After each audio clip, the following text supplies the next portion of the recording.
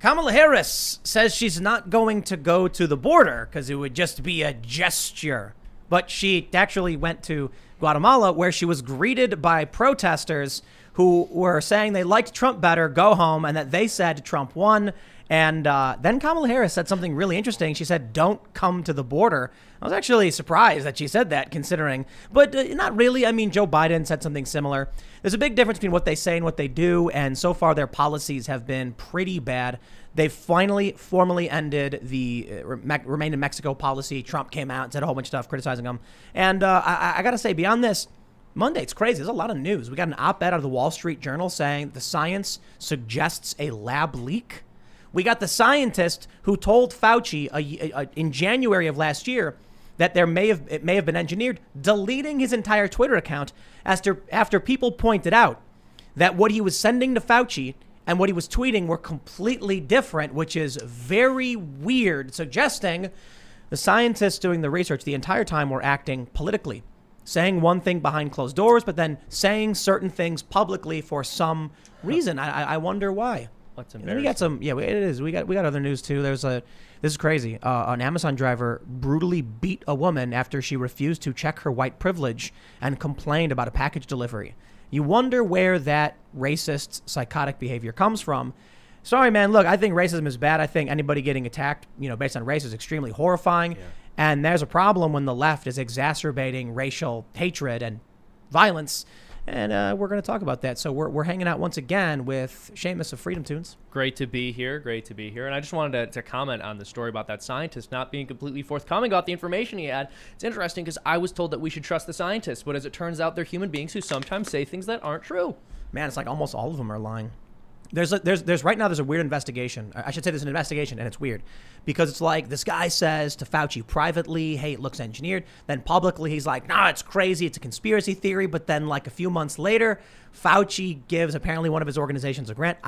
It's still being looked into, so I don't want to make, we don't have everything pulled up, but I'm doing a lot of research on this, the journalism of trying to figure out what actually happened there. But some people are suggesting maybe he said the right thing publicly. It's good for Fauci and then an organization, or maybe it's just coincidence. We don't know. So we'll look into this. There's a lot of rumors flying around. Yeah. Oh, we got Ian. He's chilling. Ian Crossan in the house. There's no one I'd rather talk about racial violence with than you, Seamus. So Thank you. I appreciate that, Ian. I don't know what that means, but I will always take it as a compliment. I know we are homies. It's a weird compliment. I don't know what it means, but Ian's saying it. I know Ian has a good heart. It's because there's no one who understands racism better than a white Catholic Irish guy. It's true. That's actually completely true. Your ancestors have been through it. I mean, Irish people weren't actually white in the early days. That's actually a good point. True. That's true. Couldn't drink from the white drinking fountains. That's actually true. No, I mean, dude, I've got stories also from family members that I mentioned this on a show before. I don't want to divulge too much and give up too much of my family history, but yeah, Irish people didn't have it super great when they first came to the United States. They did not. No. Yeah. So weird. Yeah.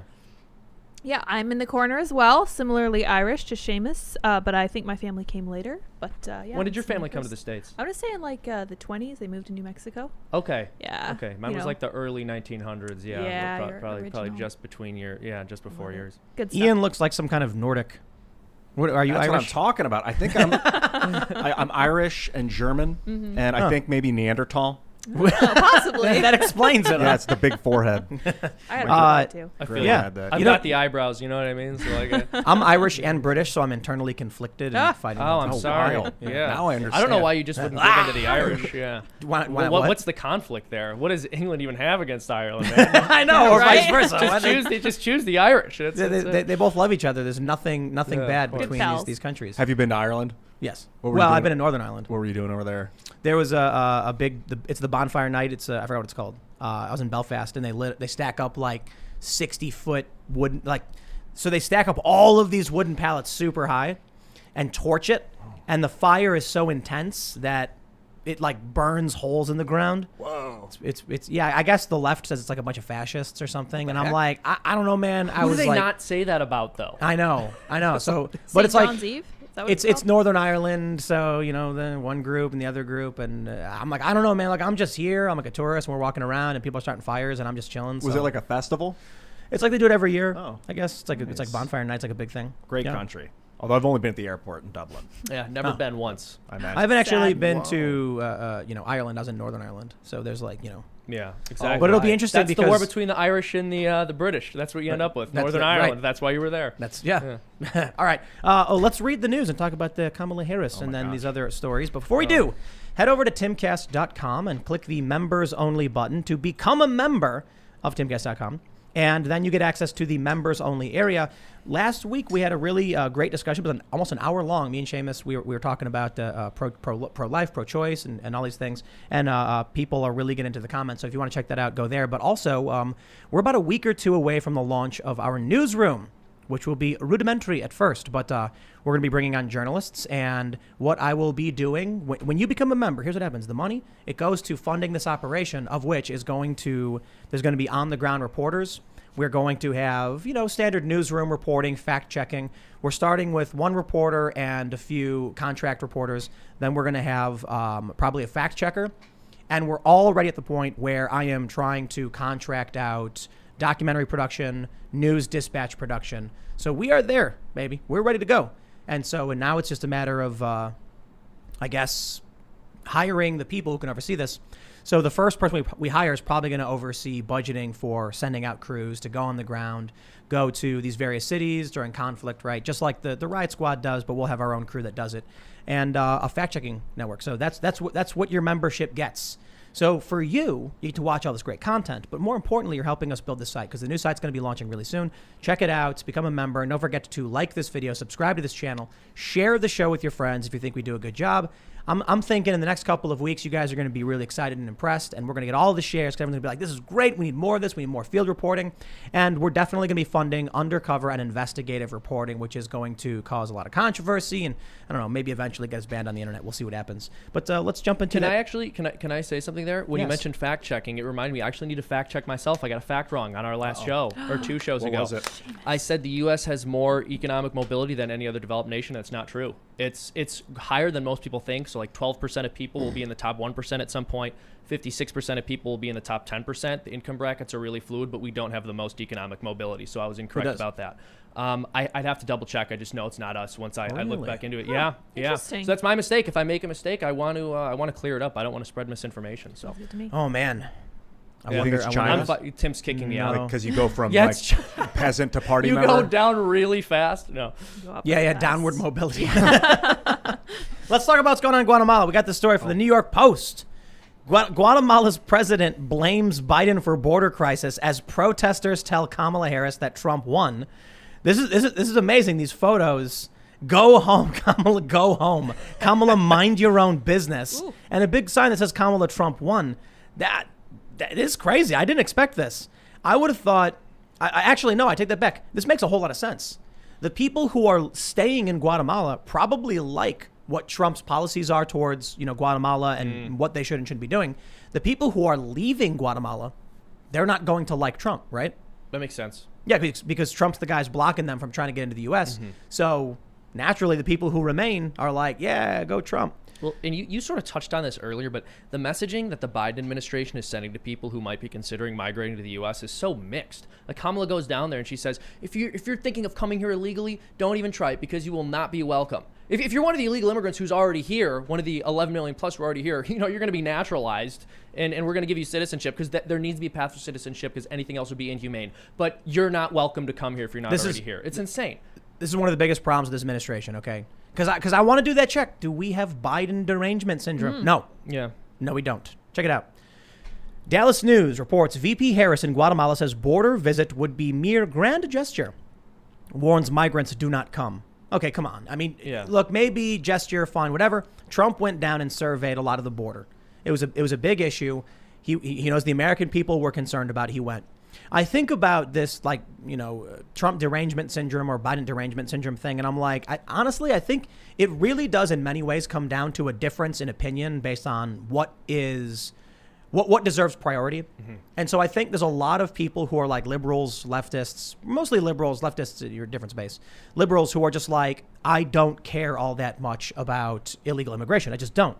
And so Republicans do, and then the left is like, why aren't you talking about January 6th? And Republicans don't. They're like, because it was a riot. So it really is like a difference of opinion that there's no, obviously in media, there's a lot of fact-based problems where the left or the right believe different things.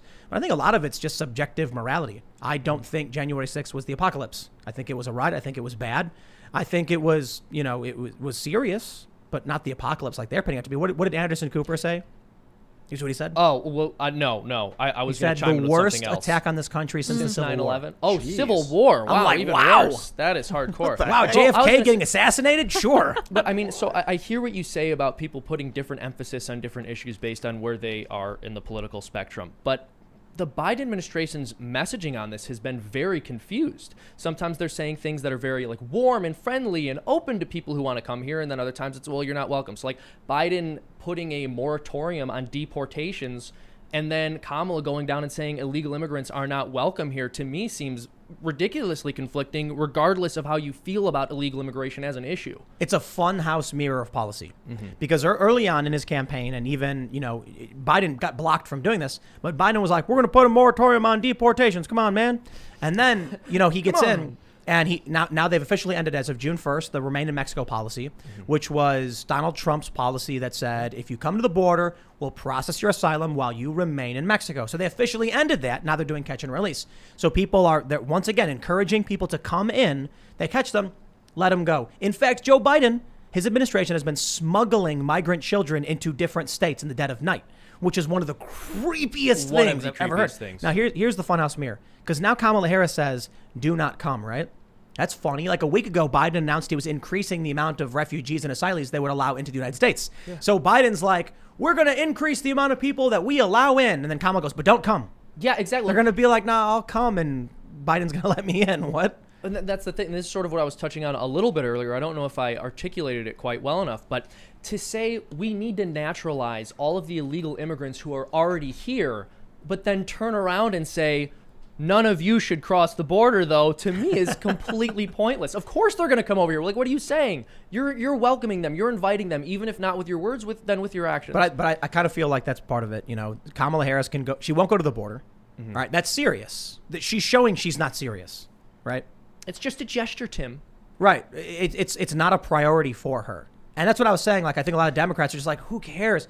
I think people like Kamala, she's thinking about, is this going to get me votes? The answer is no. Because the Democratic base, they were the ones that wanted open borders. They were the ones that on the debate stage, the moderator, I can't remember who it was, how many of you are in favor of giving universal health care to illegal immigrants or illegal aliens? And they all raised their hand. My favorite is the Democrats who kind of look around like, is this what we're about now? They're like, really? Okay, all right, guys. I guess this is the thing. So I think Kamala's just like, I don't care. It's like, I know some people are bothered by it, so I got to say something, but she's not going to say much.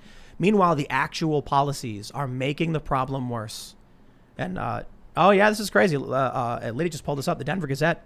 Republican wins mayoral race in majority Hispanic McAllen, Texas. McAllen is where they expanded the detention center. They got the kids sleeping in dirt. Big issues. So if you look at South Texas, if you look at Miami, dude, remember during the 2020 election, there was a safe blue district in Miami, flipped red. Yeah. That was crazy. It's because... What did this guy say? He said something about communism was being bad. I don't know. Maybe it wasn't this guy. But these areas, like South Texas, majority Hispanic, they do not like illegal immigration. And I have to imagine it's because a lot of these hardworking Americans, people who came here legally, are working. And they're seeing what's happening. I think this is correct. I actually had a friend who came from Chihuahua, and she told me that her parents told her that she was going to do it legally so that people would respect her. She did not like illegal immigrants. She's like, they just come here. It's easy for them. They get everything they want. I worked so hard, and they're just taking advantage of this system. And it's literally the system I'm now paying into. It's not there. I would imagine. I don't know for sure, but like if you're in a big city, the illegal immigrants that are there are already kind of assimilated. Like they have jobs, sort of. But the ones on the border are like random people that just got over here. Maybe don't even have any intention of going to a city to get work. They just want to avoid the chaos of South America. I don't know. Biden's been sending migrant kids in the dead of night to various states. Yeah, they're shipping these illegal immigrants into like Ohio, and then having them detained by the local police. They're like, oh, we detained these illegal immigrants, so we need the police in Ohio to hold them. Then once they get them, say, okay, cut them loose, and they release them directly into their community. It's spreading them out all across the country. It is the weirdest thing. Now, I have a question, though. In the story about Kamala and, like, the protesters, who's the racist one? Oh man, that's rough.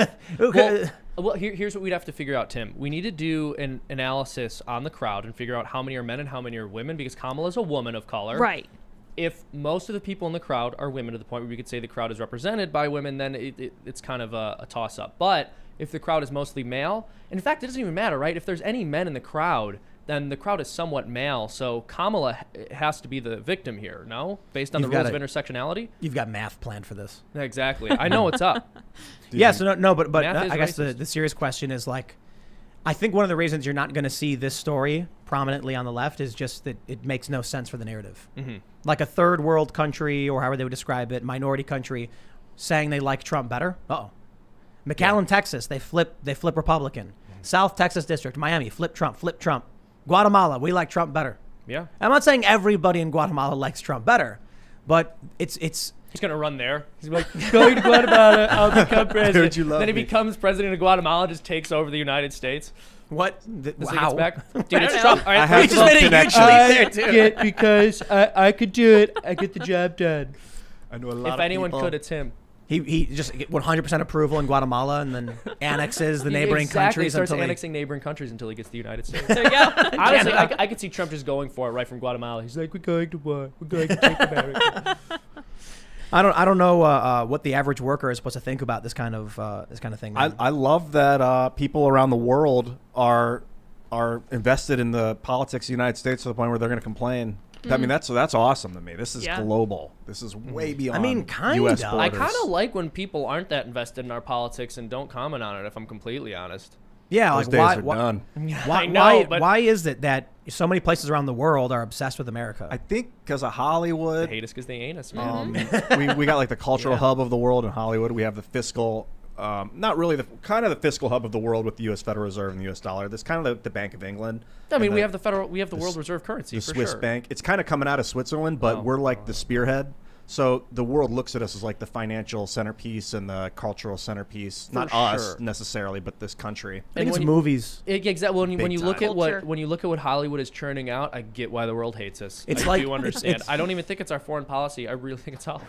I'm being facetious here. But No. It's like in that Vox article from big part. I think it was like a year ago or 2 years ago. Yeah, I think it was 2 years ago now, where they asked one of the migrants in the caravan why they were coming to America, and the guy said, "I miss Buffalo Wild Wings." Yeah. I'm like, Buffalo Wild Wings is like, there's a bunch in Mexico, you know, like The these restaurant? people. Yeah, the restaurant. I mean, I love B-dubs too. maybe it's just not as good there though. Can't remember the last time I went to Oh, a B-dubs. B-dubs is BW3s is Buffalo Wild Wings. Buffalo Wild Wings. I didn't know that's what BW stood for. B-dubs. Yeah, B-dubs. BW3s. Isn't that What is it? That was a BW. That was the If it's B-dub like, is it like restaurant W to in the third Ohio. power, like what? No, I don't know. They just called it think that's BW3s. It was I in don't know Ohio. about- Interesting. Buffalo Wild Wings. Yeah. Get it? That's only. Yeah. Double W's. Yeah. B-dubs. Come on, bro. B-dubs. You never had Buffalo B-dubs? Wild. Why You've, would have you yeah, never, you've never had BW3s. Buffalo Wild Wings? I don't think Oh, you're talking yeah. about the same thing. Oh, you're dude. talking Yeah, about buffalo I think sauce, which because is you're throwing me Frank's off. Red Hot, and that's What? like the secret ingredient in Buffalo Speaking Wild of sauce is immigration, Frank's Red Hot. Anyway, dude. You're talking about a restaurant. Yes, I'm talking about these people who are walking through Mexico, and the reporter's like, why won't you stay in Mexico? And the guy's like, I miss Buffalo Wild Wings. And I'm like, dude, it's right there in Mexico City. I went there. No joke. I went to the Mexico City Buffalo Wild Wings. It was great. It's wonderful. I mean, this is like me Boneless missing wings, honey Portillo's. Like, why are you going back to Chicago? I missed Portillo's. That's Like, I mean, that's what it is. I didn't go to Chicago for that. But you I order know. it. You ordered it, man. It's fantastic. It's true. That's why I come Right. here. That's Someone right. in the audience asked if I was kidnapped. Actually, Tim just has Portillo's. No, but I think when it comes to these migrants, they're watching American TV commercials, movies, and so their whole perception of reality is based upon American cities and stuff. You You see know like what I mean? YouTubers. Well, I mean, this is also a great place to live. It is. It's awesome. In many ways, I mean, it's going downhill, unfortunately, especially with the kinds of things we've been tolerating over the past year and a half, particularly. Though those are probably more of a symptom of the issues we've been tolerating for much longer than that. But yeah, America's a great place. It's okay to Yeah, go we got downhill B-dubs. sometimes. We you got know? Buffalo right. Wild Wings. You That's got why 'em people all are over coming the here. place. It's like going sledding. Yeah, we're going downhill. It's fun. How many times my do we say gosh. Buffalo Wild Wings so far? I don't know. They should be paying you. I'm That's supposed to say it 5 times. We're just wasting. we you have guys to been- name it 5 times. Been to Quaker Steak and Lube on the Dude, we should the just border of Ohio and this is Pennsylvania. what you Best do. wings place in the world. or in the United States. What? Tim, I don't this know. is what you I have think to that's do. true. Change place. You They just got have to 100 like sauces. get sponsorship deals with all sorts of food places where we'll be discussing something political, and then Ian turns it over to some kind of food, and we have to explain a restaurant to him. Yes. And like Cut to me that'll be Could you- just a brilliant marketing scheme because people will think it's authentic. Yeah. It would be funny if we actually had just like 50 sponsors per show. And we've got this big story from NBC News. Supreme Court unanimously rules against immigrants with temporary status. Man, that's almost as shocking as the delicious flavor of the Popeye's chicken sandwich. Popeye, I'm just kidding. I honestly couldn't This believe is- it when I tasted it. Crispy skin. This is a throwback joke for the This is people watching who have no idea what's happening. No, but let's jump to the story. Just this is 9-0. This is crazy. Supreme Court unanimously rules against immigrants. If they enter the country illegally and they have temporary protected status, they cannot get green cards. Here's what I love about this, and I appreciate it that it says in this. It's just kind of a funny headline. It says the Supreme Court unanimously rules against immigrants with temporary status, and then right below, okay, like illegal immigrants. And then at the very, very, very bottom of the article in the last paragraph, Monday's decision does not affect immigrants with TPS who initially entered the U.S. legally. It's like. So it's so the headline literally is immigrants, but this is what they're doing. Exactly. They've been consistently conflating Yes. illegal immigrants with immigrants. For years. Yeah. For years. Why? Because it's an easy way to win the discussion. Like, who wants to say they're against immigrants? It's much easier to say you're against illegal immigration. You don't like when people break the rules and they come into your country despite the fact that your nation has set up certain parameters for someone entering so that we can monitor who's coming in, and they've decided to disobey those rules. Like, that's reasonable. How could you disagree with that? But if you say that those people are just mean haters who don't like immigration in general, So it keeps dumb people in check? Because yeah, anybody that's part of it. It's who just a way to actually frame the can discussion. Yeah. anyone who can actually read this and discern what's happening knows they're not talking about immigrants who enter the country illegally. And they're not talking about refugees. That's a big difference, is a refugee and an illegal immigrant. If someone's fleeing hostility, we have a duty to take them in, I think. You know, most people do.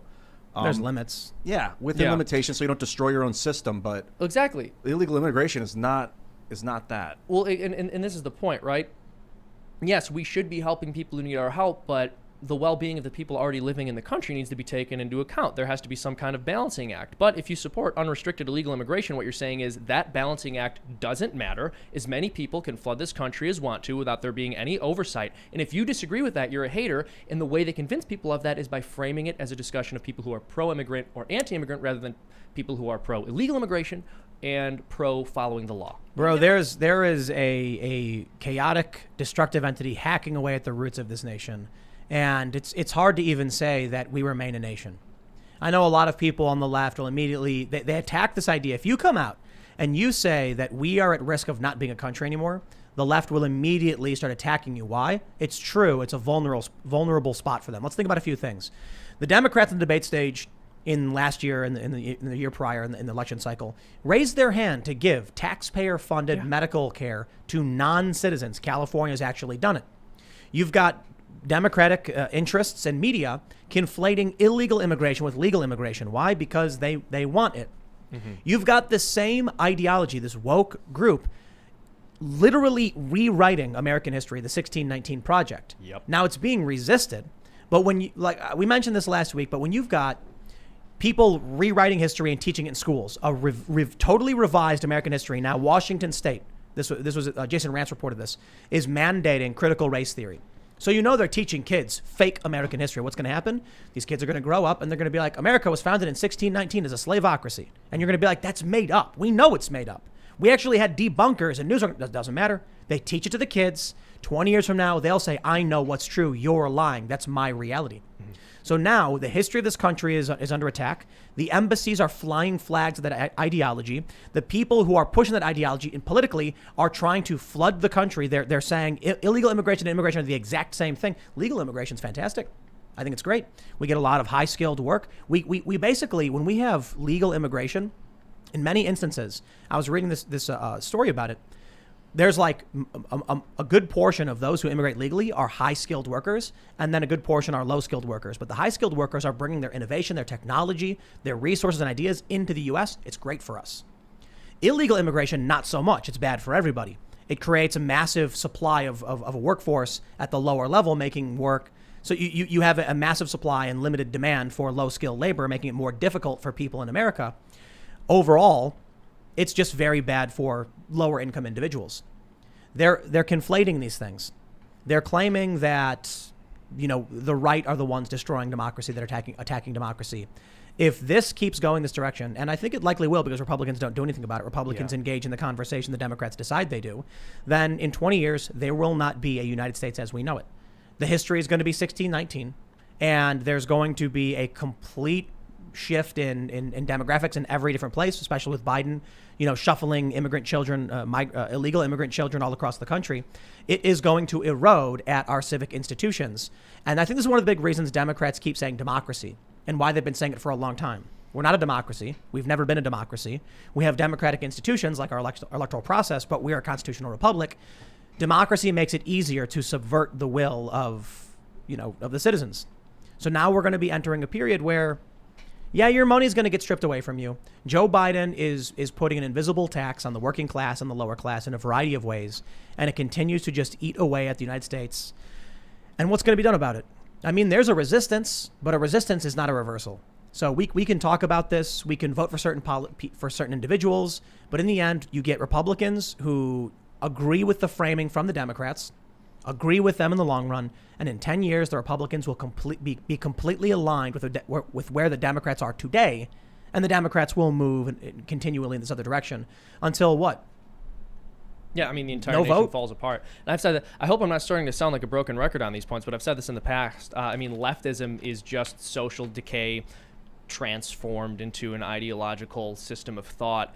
And so it almost seems inevitable. But on the other hand, I think we can turn this around. I think you're absolutely right that all Republicans or conservatives are trying to do is resist instead of putting forward an ideology of their own. And that's a huge part of why they're losing. And I'll sound like a broken record again, but this is also why I believe fundamentally conservatism has to be rooted in Catholicism. You have to have values that you're forwarding. You can't just say X, Y, and Z that the left is trying to do are bad, but we're not going to give you a coherent system of thought that should replace that, or which is undergirding our present system that we should stick to.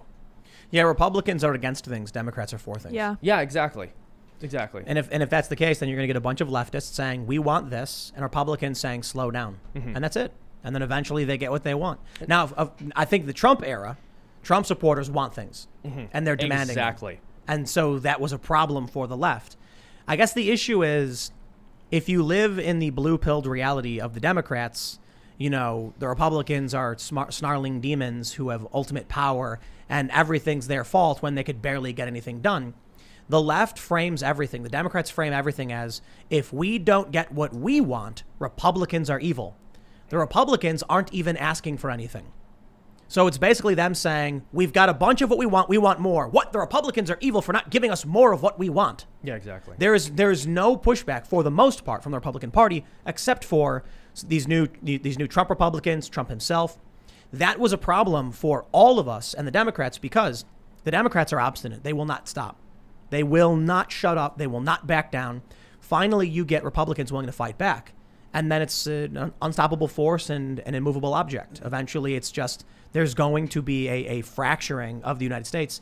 I wonder if this ultimately is just where it comes from. Is it a psychological operation? Are we under attack? Are we being manipulated? You know what I mean? Yeah. I'm not sure. I don't think Probably. that it's I keep thinking about the Roman Empire. It seems like things are so stable here, but then it also seems like we kind of don't have a culture in the United States. We've got so many cultures that it's like, how do you pinpoint what we are as a nation? We have the Constitution. That's very basic.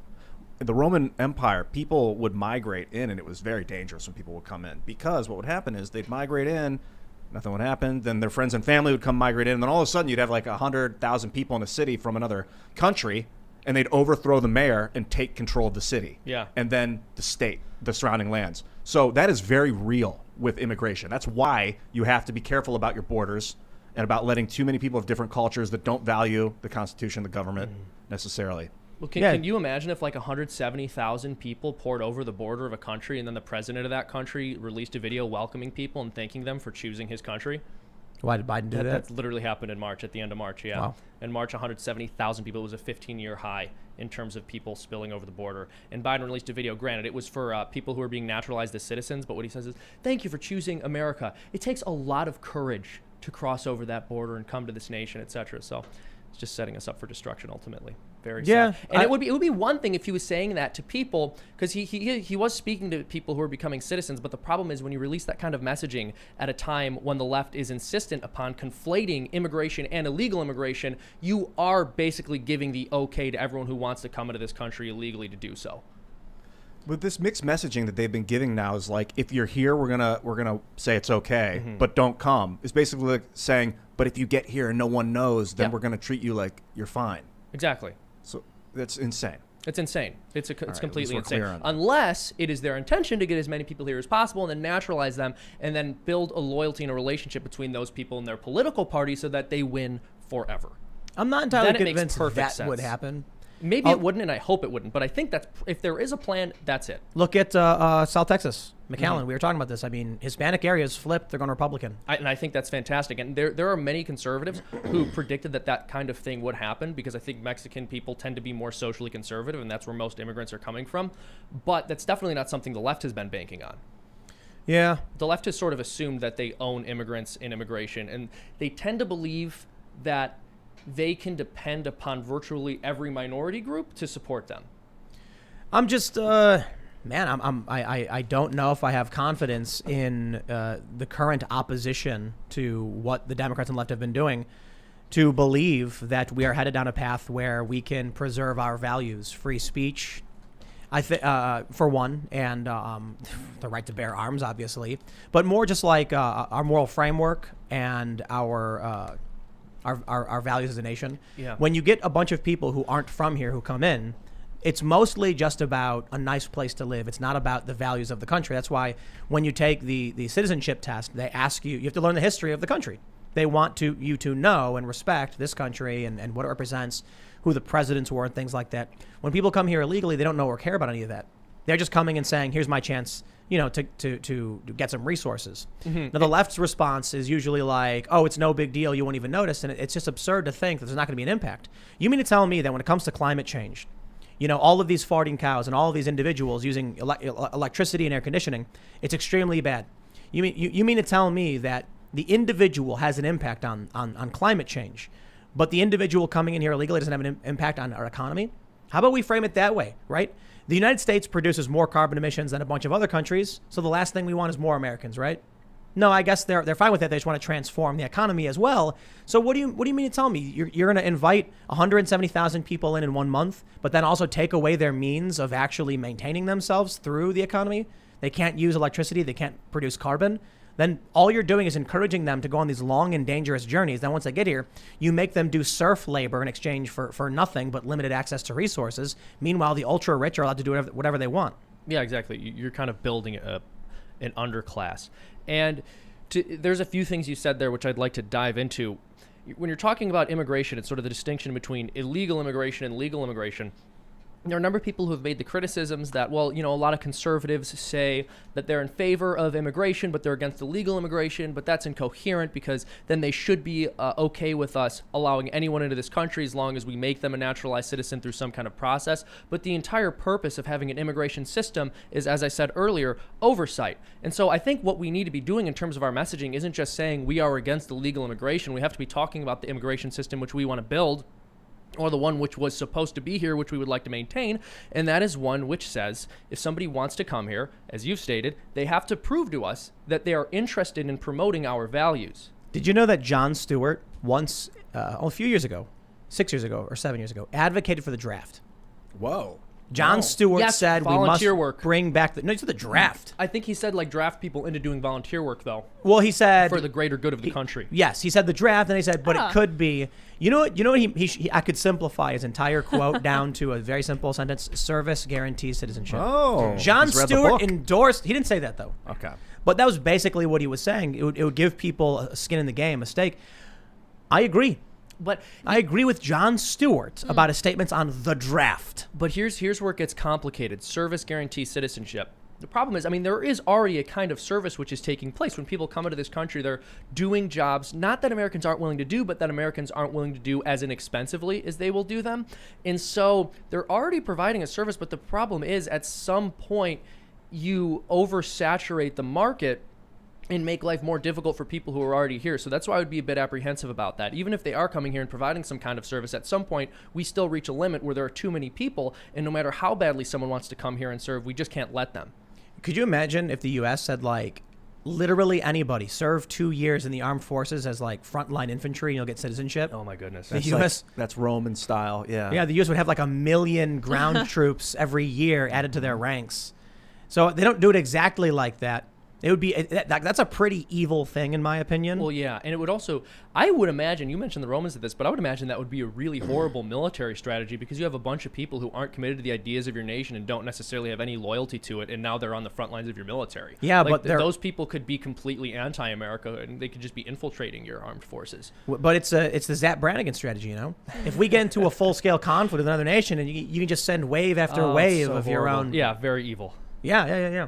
But I think about the reason I brought that up is I'm thinking about the erosion of the United States and what this means moving forward. And here's what freaks me out, right? We got the story here. This one, from Forbes. Anticipating war with China. The U.S. Air Force is fanning out across the Pacific. So the U.S. Air Force is concerned that a Chinese rocket attack would wipe out 2 of our most prominent Air Force bases. So we are dispatching all of these different squadrons to different airports and different islands all across the Pacific. So we have rapid response. We've decentralized, so they can't just take us out. This gets me worried because we have another story here. I covered this last week, June 1st. Pentagon eyes new bombs for war with China, not ISIS. The Pentagon's been shifting up its strategy. No longer are we engaging in preparations for war in the Middle East. You know, there's a report saying we're like halfway out of Afghanistan. And now the bombs they're buying are for Pacific warfare and not Middle Eastern warfare. And it could just be we're all done. Middle East is over. We got enough oil. We've built enough nation. We're out. And because of that, well, we might as well buy bombs for Pacific because that's a bigger threat, right? Or it could be that we're actually gearing up towards a war with China. Now here's what freaks me out. The U.S. is in chaos, man. I mean, maybe we're not. Maybe it's all an illusion, but come on. You look at news, they're screaming out insurrection. Anderson Cooper claiming January 6th was the worst political attack on the U.S. since the Civil War. And I'm like, I seem to recall John F. Kennedy getting his head blown off, but okay, dude, whatever you say, that's insanity. What happens right now if China moves in on Taiwan and the U.S. can do nothing to stop it? There it is. I mean, we have to stand by. There's no way. I don't think I would ever authorize arms against China to defend Taiwan. Not unless it was our soil or like an ally or something. I mean, this is. I mean, they're an ally. They are an ally. So this is where things get bad because if China does move into Taiwan and there's serious fear in the U.S. that they are planning an invasion. I mean, we see the beaching drills. There's photos of it. And their planes are flying over the Taiwan Strait. They're sending strike groups through the Strait of Taiwan. It's not just about Taiwan. It's about China's incursions into the South China Sea. It's about their military bases, their expansion, their violation of certain international conventions. So the fear I have is the U.S. is clearly preparing for war. China, they've been gearing up for some time. This is a more direct announcement. What this says to me is, do you think the U.S. military just decided right now that they're worried about war with China? Do you think it was just like today? They're like, hey, there might be war with China. Let's move our planes. Or is it more likely they got intelligence classified about a potential war with China, made a bunch of crazy economic moves behind the scenes, and then made the public moves everyone can see? Could be. China also said, I think I heard from you, that China was like threatened nuclear war if we tried to investigate. Yeah. Well, in response to Biden's call for an investigation into COVID, the head of Global Times said, we need to start building more nuclear bombs, and to shiver down the spine of the American elite. Okay, yeah, that's, I think. Which is another way of saying we are innocent and didn't do anything wrong. And obviously the incursions, the Hong Kong, the way they treated the protesters in Hong Kong was drastic. Taiwan fear. I think we're in trouble, man. Oh, 100%. Joe Biden didn't commemorate D-Day. Really? Why not? I don't know. So I don't. weird. I don't. Look. Here's one of the issues. He probably didn't know what day it was. Oh, that's For good. sure. That's not even a joke. No, I know. I'm C-Day or kidding. E-Day? I was remember. kidding because obviously people in his administration would know and make some kind of announcement. Tell him to do it. Yeah. Hey, or tweet for him. Yeah. Now, here's one of the problems. I don't know every year, every tweet that's ever been sent out or every statement that's ever been made about D-Day. It could just be that now we're in this deeply tribal political realm. Conservatives noticed Biden didn't do this, brought it up, and then everyone's like, hey, yeah, why didn't you? And it's like, well, I don't know, maybe Jimmy Carter didn't. I don't know. Or maybe he still should have regardless. He didn't, and a lot of other people did. Maybe Kamala Harris saying enjoy the long weekend is also an alarming statement. Yeah. Maybe Kamala Harris refusing to go to the border is also kind of alarming, and it makes me feel like our current administration is not invested in this country. I feel like we have an administration that in a normal timeline shouldn't have won, but we aren't in a normal timeline. What I mean by this is, normally, you get a strong administration that wants to win, that wants a policy, that wants to put things forward and make these demands. Well, that was Trump's administration. Man, did he want some crazy stuff, a big, beautiful wall from sea to shining sea, 30 feet, concrete. He had plans. He wanted things. Biden, his whole campaign was that he was not Trump. So what happens? People really didn't like Trump. A lot of things happen. We'll see what happens with his Maricopa stuff. Joe Biden ends up, getting 81 million votes. He wins the election with no plan. No one voted for anything. They just didn't want Trump. Now we have an administration that clearly doesn't care. So I want to say a normal timeline. They weren't proposing anything substantive other than Joe Biden was hiding the whole time.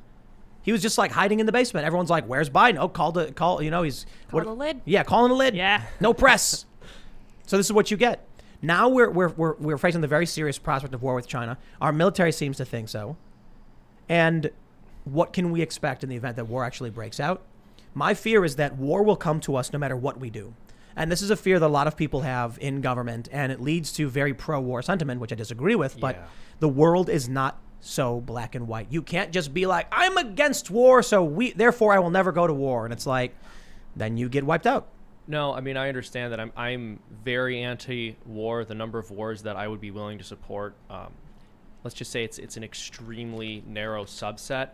That said, this is a really complicated situation. I'm not going to sit here and automatically say there's nothing that could ever justify that. I very much do not want to see war with China, but this is an extremely complicated situation. And let's talk. It's one, conspiracies. Oh, no. Uh-oh.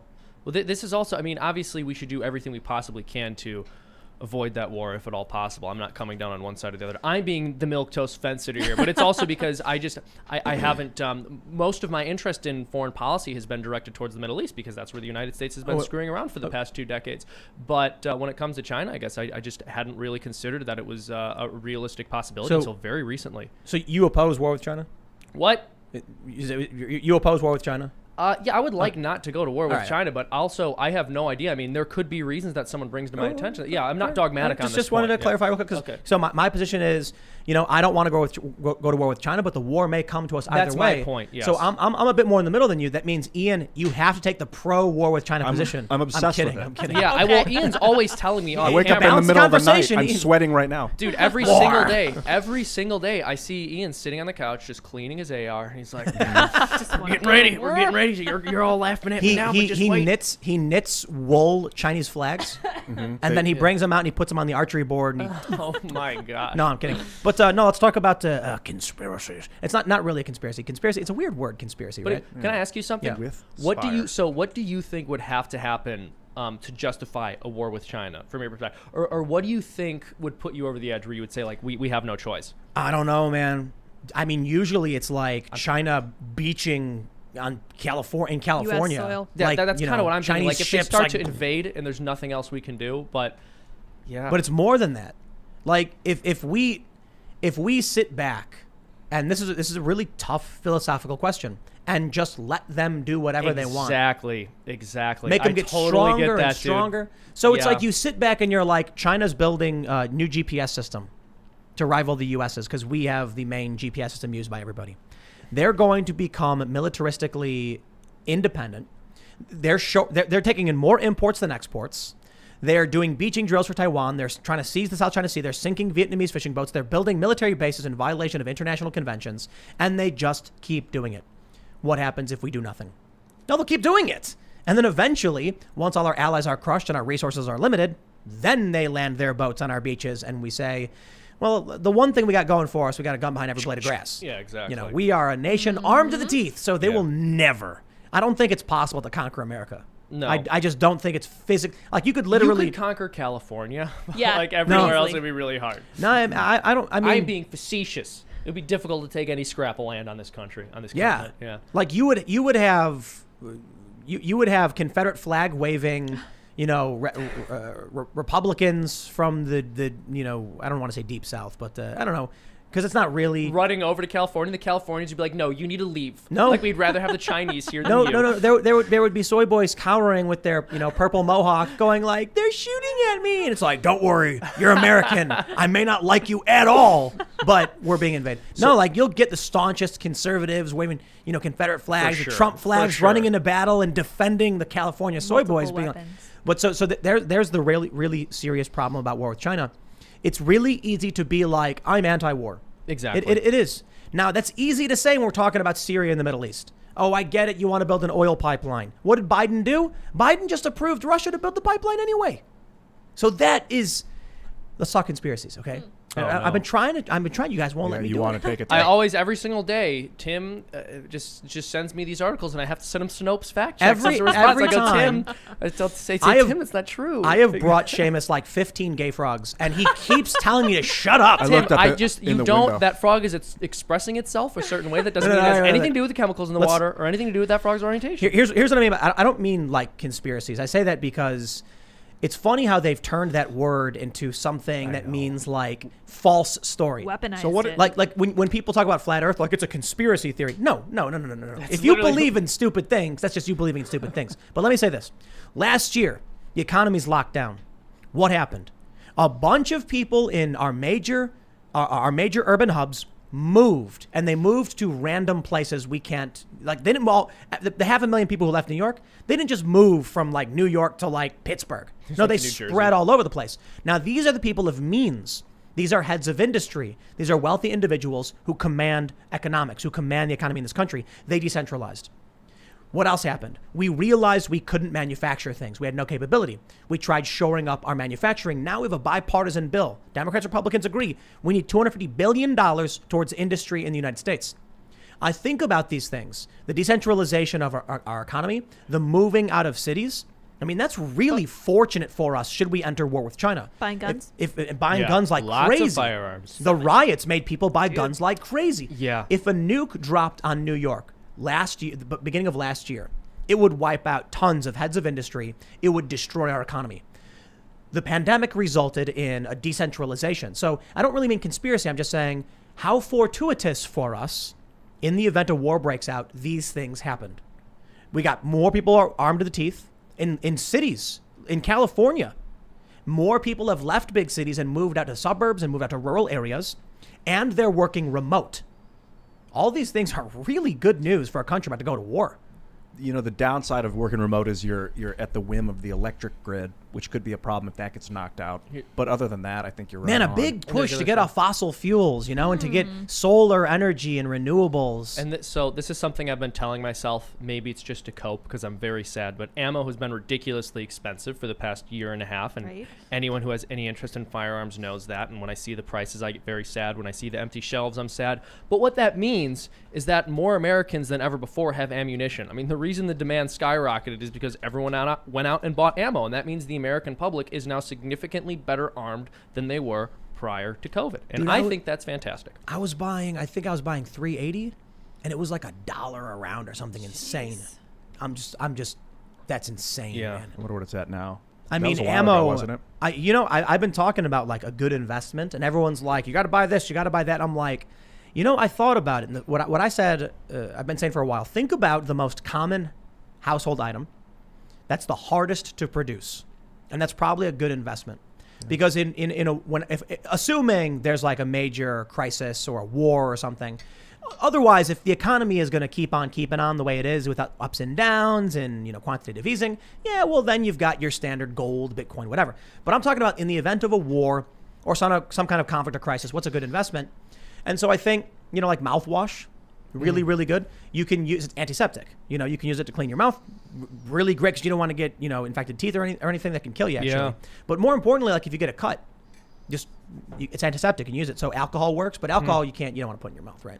So hydrogen peroxide, what's hard to produce, but iodine, really important. Yeah, iodine. Chlorine, that's been... So these simple household chemicals that we use all the time for cleaning, for helping ourselves, those are probably good investments. But I thought about this, like, if you're going to park your money in anything, in fear of some kind of conflict, what would be a good place to do it?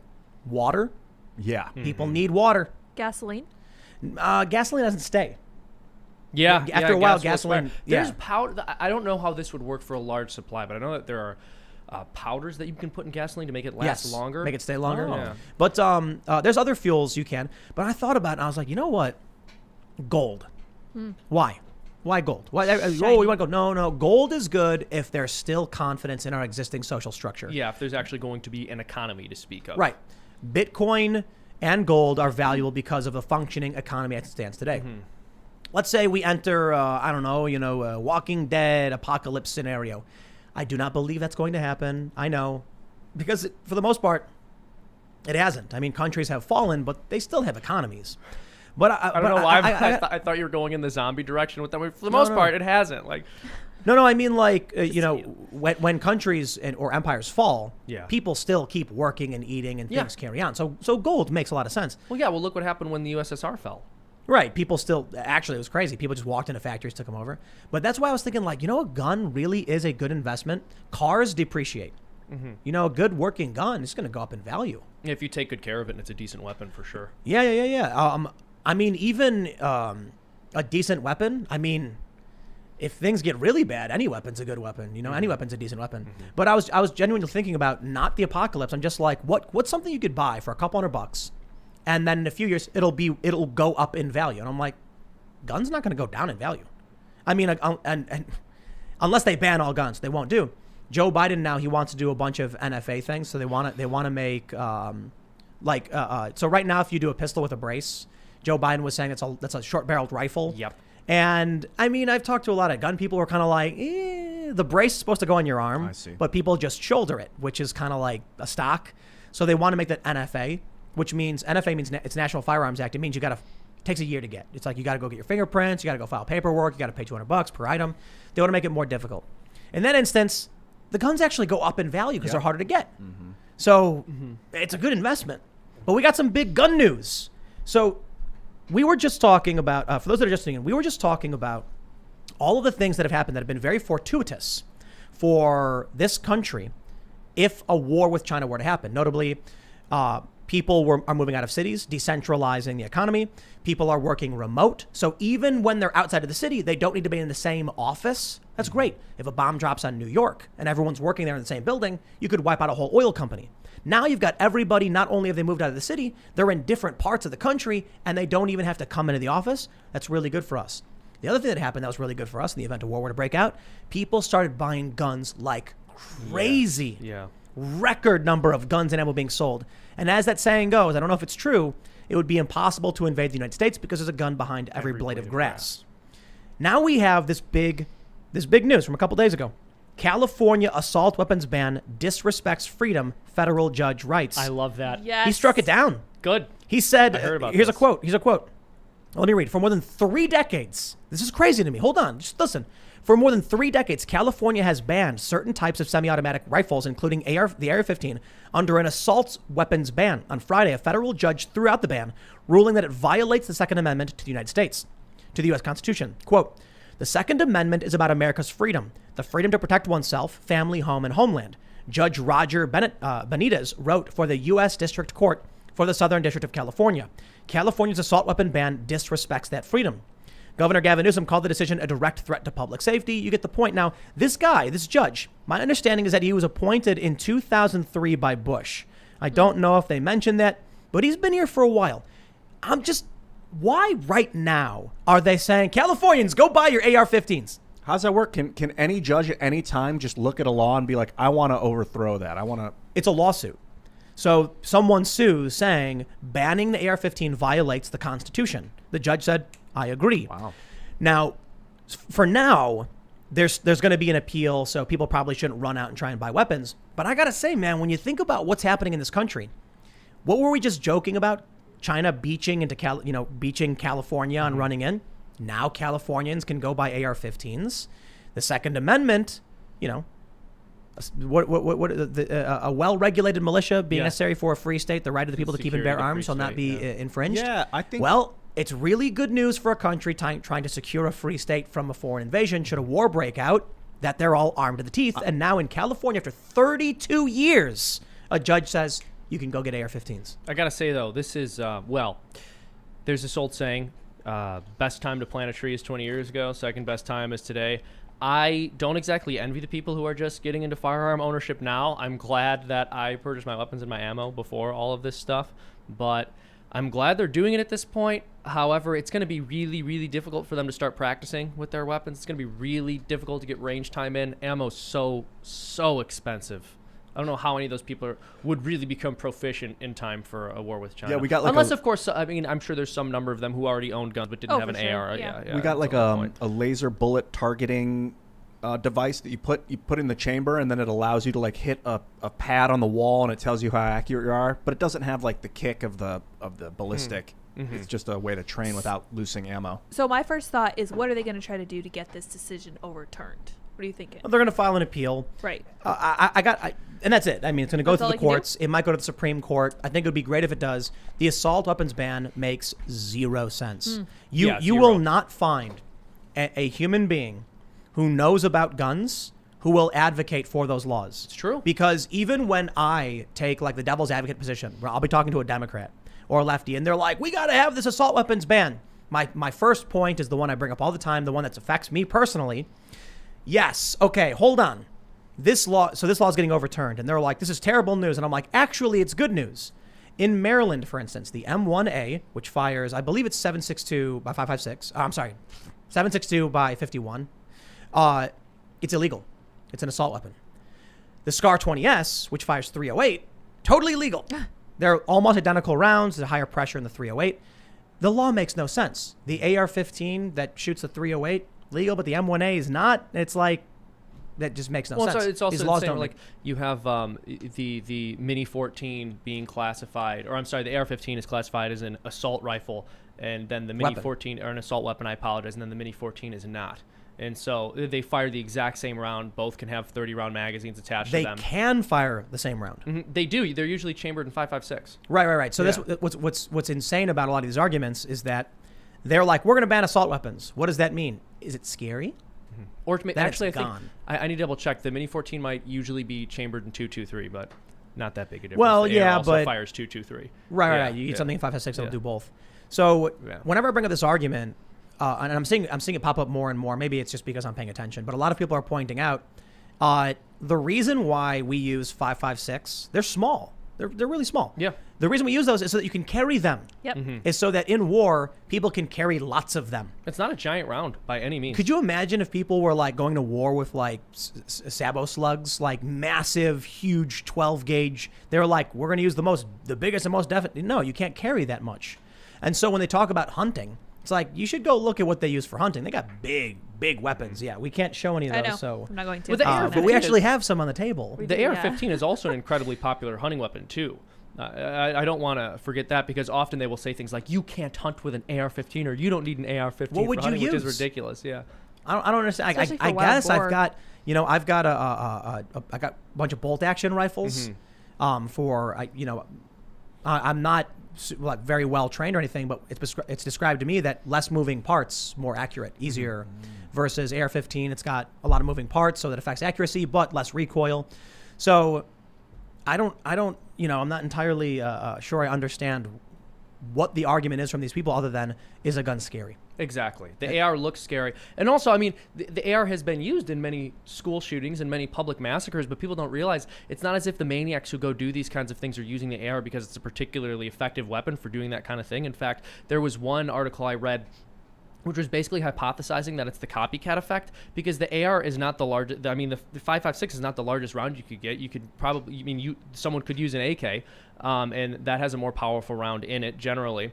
And they always go with ARs. Why? Well, I because think- the media always reports that the last guy used an AR. It's the copycat effect. I think so. The AK uses 7.62 by 39. Yeah. I think those are smaller than 5.56.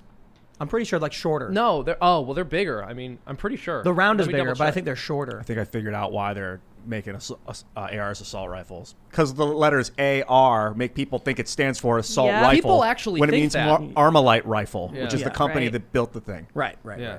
Wow. Yeah, so that one's really obvious to a lot of people. Like, dude, it's not an assault rifle. And there's an assault rifle, an actual one, on sale over at Gunbroker. It's like $55,000. How big is it? It's an M16 selective fire rifle, so it's an actual. I think it's a pre-1986 when they like shut down Cool. the production of these things, and it's really expensive. It's really, really expensive. If you want to buy some of these NFA items, it takes a really long time. It's really hard to do, and that's why it's funny when the Democrats are like, "They're not coming to take your guns." I'm like, bro, like a large portion of guns are already banned. Yeah. Already. We're just gonna ban a couple more and then we'll stop.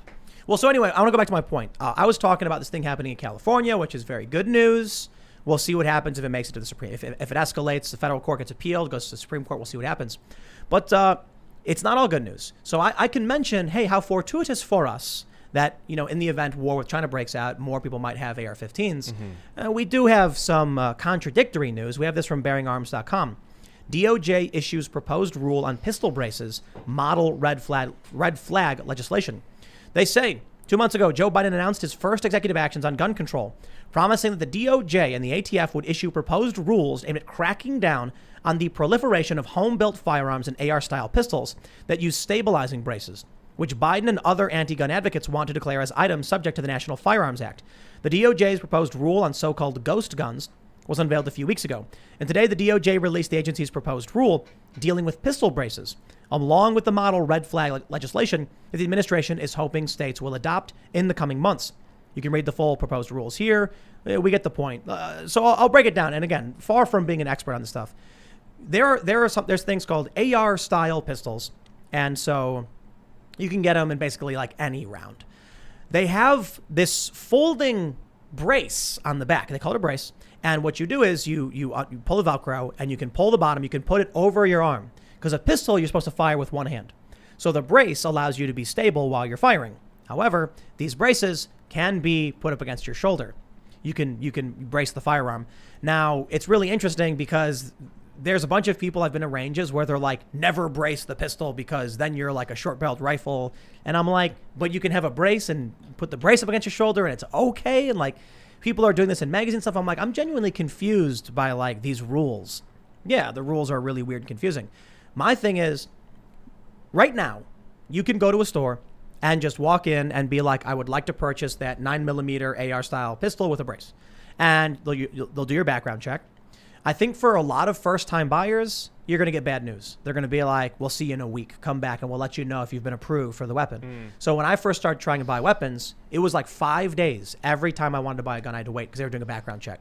And no matter where you go. And it's only recently I've been getting researched, which clears me in like 20 minutes. Oh, nice. But it is a background check. The form goes, they look up my name, they look at my social, they do a background check, they say, okay. And then I can purchase this weapon. You go to a gun store and you can just buy it. Okay, it'll take you a little bit of time if you're first time. If you've got in some states, like if you have a concealed carry, you just walk in and buy it. If they make it an NFA item, it'll take you a year to get these things, and it'll be really interesting what that means for people who already own many of them. Because then what? You got to file a bunch of paperwork. What do you got to do, right?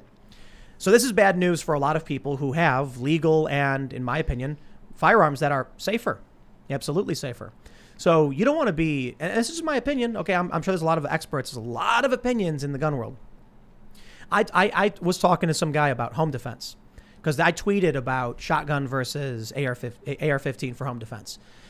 And a lot of people are like, shotgun is a good weapon for home defense. And a lot of other people are like, that's a terrible weapon. Nobody uses it. These are for breaching doors and nothing else. And AR-15 is better. And I'm of the opinion that an AR-15 is better for a variety of reasons. First and foremost, it's a stupid argument because the AR-15 can be a bunch of different things. Mm-hmm. It can be an AR-15 pistol with 9mm, and you can use like frangible or hollow point. I think that's better than a shotgun, because a lot of people don't realize too. So I got a Remington 12 gauge, really long. And I was told, a bunch of people were like, no, you got that really long barrel in a house, you're not going to be able to do anything with that. So then you think about these AR pistols, and it's going to be easier for the average person to fire accurately, which is safer, as opposed to a handgun, which I'm terrible at handguns. I've been improving, mind you, but with a rifle. Yeah, it's tough. You carbine, have fewer points of contact.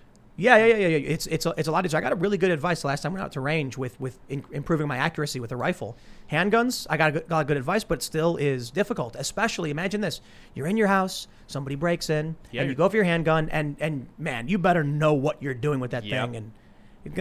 But you have a rifle, you're better off. Now, what's going to be better for home defense? Probably an AR style pistol with a brace, because now it's not so long. You're not going to, you're going to be more accurate. You're going to be you could potentially use a less less powerful round. Because of these gun control laws, you basically, this is the craziest thing. I was talking to the guys at the gun shop. They said in Maryland, it's got to be a heavy barrel rifle. And I'm like, so you can't have a lighter, easier, lower recoil, quieter. Nope.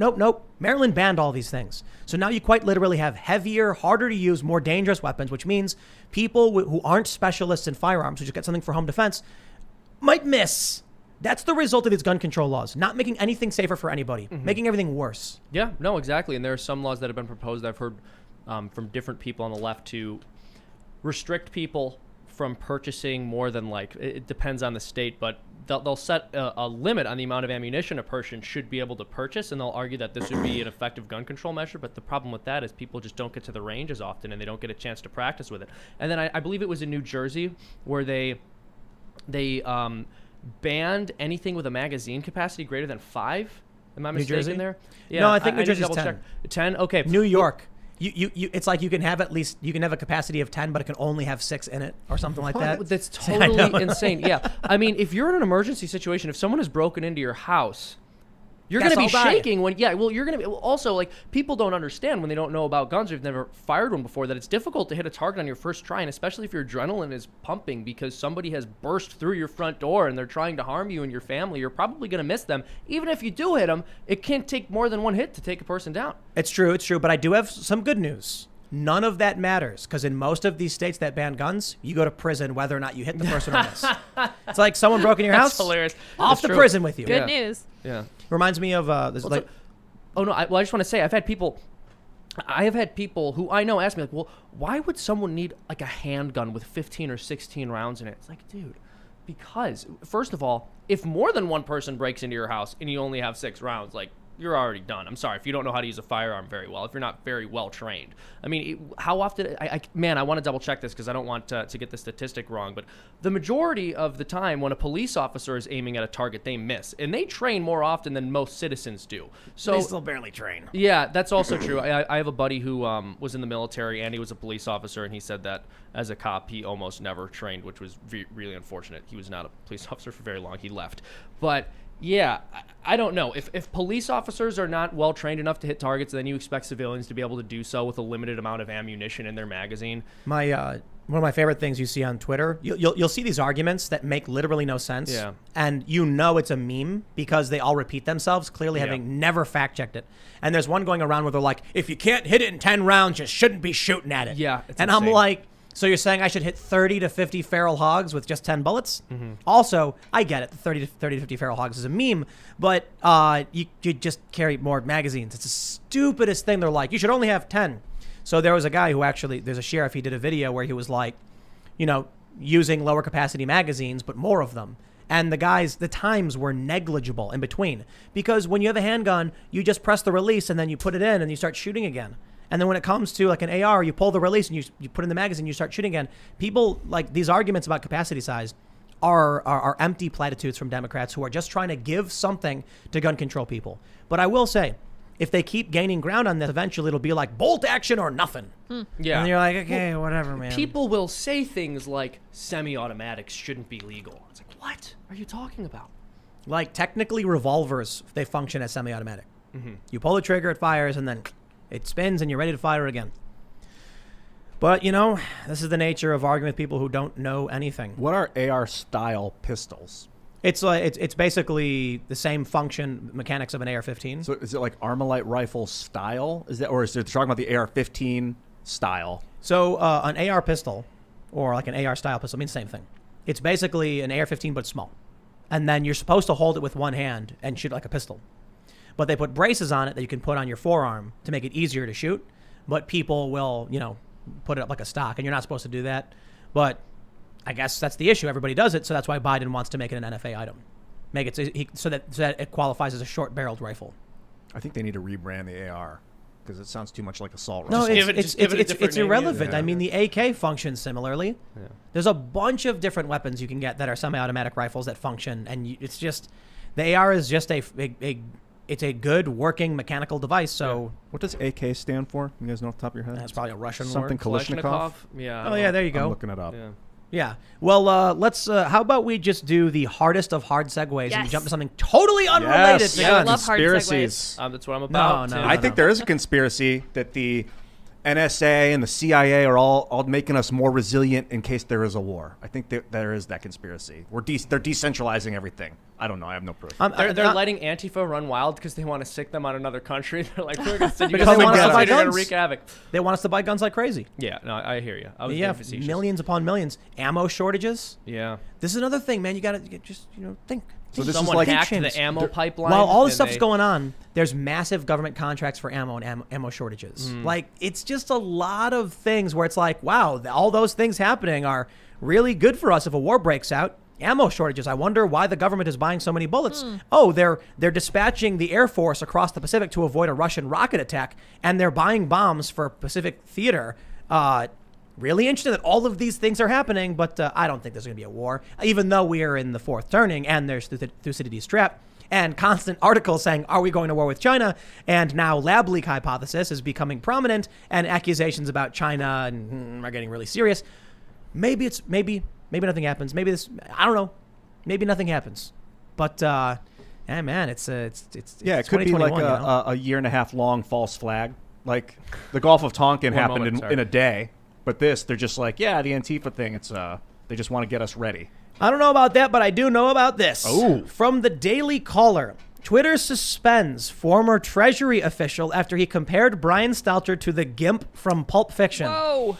This is not newsworthy, but considering, for those that are just tuning in, like or didn't watch the last segments, we were talking very, very seriously about war and gun rights, and I was like, and now we need to slam into a brick wall of nonsense to kind of calm down and have a good laugh at the expense of others. Yeah. So the reason I'm starting with this, and we're going to be ragging on Brian Stelter, it's not because somebody compared him to the Gimp from Pulp Fiction, but more so because he is being slammed. Quote, "This is how state TV functions. Glenn Greenwald rips CNN's Brian Stelter for fawning over White House's Jen Psaki in one of the most sycophantic interviews a state official you'll ever see." Now, this is funny. We're going to read the Gimp story. But I want to just stress the point that Brian Stelter is the guy who routinely ragged on Fox as the state propaganda. It's the propaganda arm of the state. This is what state TV looks like. And then give him the opportunity, and he just gives, I wouldn't even call it a softball interview. It was a wiffle ball interview. He was lightly tossing wiffle balls to Jen Psaki, who then hit him straight out of the park. Well, here's what happened on the Daily Caller. They say, Internet Accountability Project founder Mike Davis and former Treasury official Will Upton were temporarily suspended from Twitter for comparing CNN anchor Brian Stelter to the character Gimp from the movie Pulp Fiction. Twitter first suspended Upton on Sunday night after he made a post that mocked the anchor. Stelter had asked Press Secretary Jen Psaki what she believed the media doesn't accurately cover about the Biden administration. Fun fact, Brian Stelter, is the Gimp from Pulp Fiction.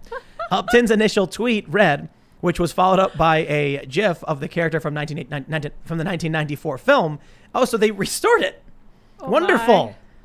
Upton was suspended shortly after posting the tweet, but had his account unsuspended a few hours later after successfully appealing the suspension, the Federalist reported.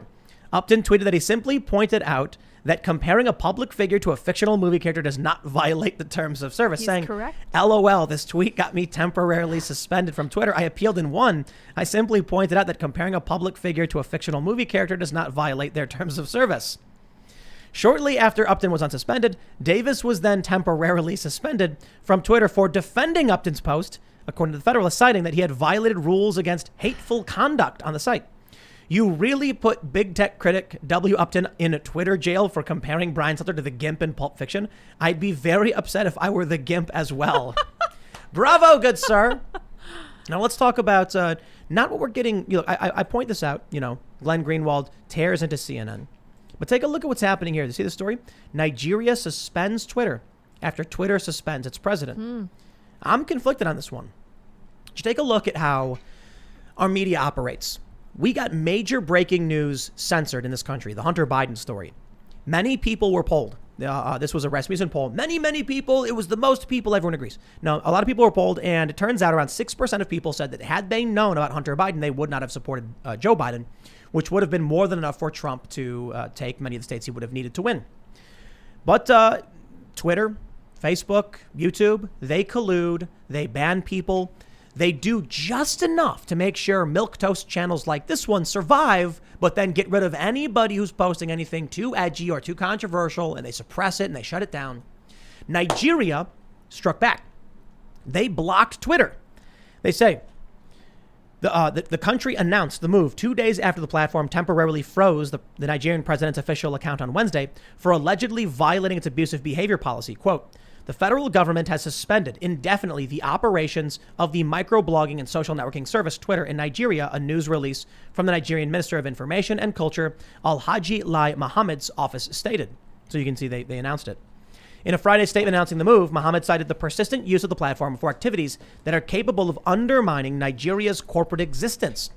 As a reason for the decision, according to the press release, the Nigerian government did not provide more details on how it will carry out the suspension of the tech giant's operations in the country or on the activities Mohammed mentioned in his statement. An aide at the ministry told Reuters, wait and see how things will turn out. I don't know how I feel about this, right? So again, the gist of the story, Twitter is suspended in Nigeria after suspending the president. I don't know how I feel about that, but I kind of think it's an important move. Again, I'm not sure. I'd have to think through it, maybe have some arguments and hear some people what they think. The criticism, I suppose, is a government shutting down social media. That sounds bad. What if people are rightly criticizing that leader as authoritarian, or what if he's a despot? What if they're sharing real information, trying to challenge? What if it's like you criticize Kamala Harris and then she uses the government to shut down social media because they don't like what's happening? The difference here, though, is that Nigeria blocked Twitter because Twitter was interfering with its politics. And that's really, really bad. So it's kind of inverted. If there's a politician saying and doing nasty things and we use social media to call them out, that's power to the people. If Twitter bans those people, it's a problem. That's what Twitter is doing. Conservatives call out malfeasance from Democrats and get banned for doing so. We just read, you criticize a CNN anchor and they suspend you? That's insane. But what happens when Twitter is interfering with your politics like they were here? What happens then when the government says we're not going to allow Twitter to operate because it's interfering in the political system? This is different. I don't know. Ian, you actually have experience moderating, so I'm curious what you think. Well, with Minds was where I moderated at. Our terms of service were the U.S. Constitution and specifically Connecticut law where the corporation was formed. So if someone didn't violate the U.S. Constitution, U.S. law, they wouldn't get banned off the site. What's your thoughts on this? I mean, look. I don't know. What did he get banned for? I don't know. He tweeted something offensive, so Twitter suspends him. If he violates terms of service, then the company has a right to ban him, but that legally. But I mean, it really speaks at like how much more powerful these corporations are than national governments. You mean the other way around? I think the corporations has more power and influence than the government. If they want to, not necessarily, they don't have a military, but they could definitely hire, Blackwater or some sort of like mercenary guard if they wanted. Twitter could. They're not called it. I think Blackwater changed their name now. 7 times. Yeah. Bad press. I don't know. What do you think, Mr. Seamus? Nigeria banned Twitter because Twitter was interfering in their politics. I mean, Nigeria, man, there was someone made a meme about this. I don't think it was Nigeria, it was another country, but Twitter was banned there, and someone's response was, well, you know what? Nigeria, it acts as a private country. Twitter can make their own. That's right. So I have to give credit where it's due. I won't try to pass that off as my own joke. But yeah, I'm not sure. I guess I don't have that strong of an opinion on this one. I think that Nigeria can do what Nigeria wants to do. If they want to ban Twitter, that's fine. That's on them. I'm not going to say they've violated some international law, and so we should go after them. As a nation, they don't have an obligation to allow Twitter to offer their service in their country. What if Donald Trump was like, my tweets have been censored, so we are formally shutting down Twitter? Yeah.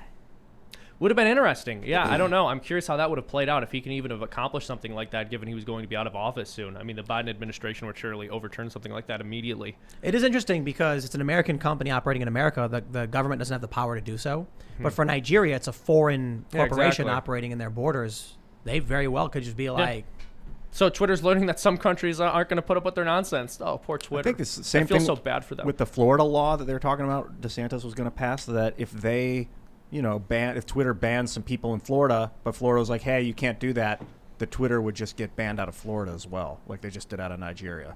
Interesting. Or block their own activity out of Florida. All I know is for a nation to say that they don't want a foreign corporation to limit their leaders' abilities to communicate with their citizens is not a bad thing. That just seems completely reasonable and straightforward. The thing is, at what point is it considered a foreign corporation anymore? Like, all corporations are foreign. I don't care where their headquarters is. Right. I mean, they're hiding money overseas. They're putting their headquarters in like Ireland and other countries to get away from taxes.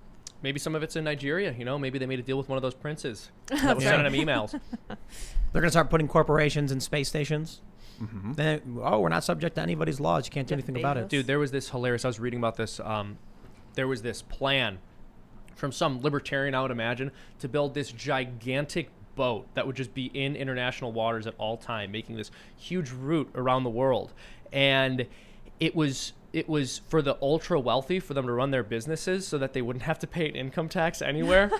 And what you said just reminded me of that. Like, imagine at some point they're going to have these space stations. Maybe that's what Elon's trying to do. He just wants to go to Mars so he can be like, look, I'm not in America. I'm not paying income tax. There's just like one guy in a 10 by 10 space station.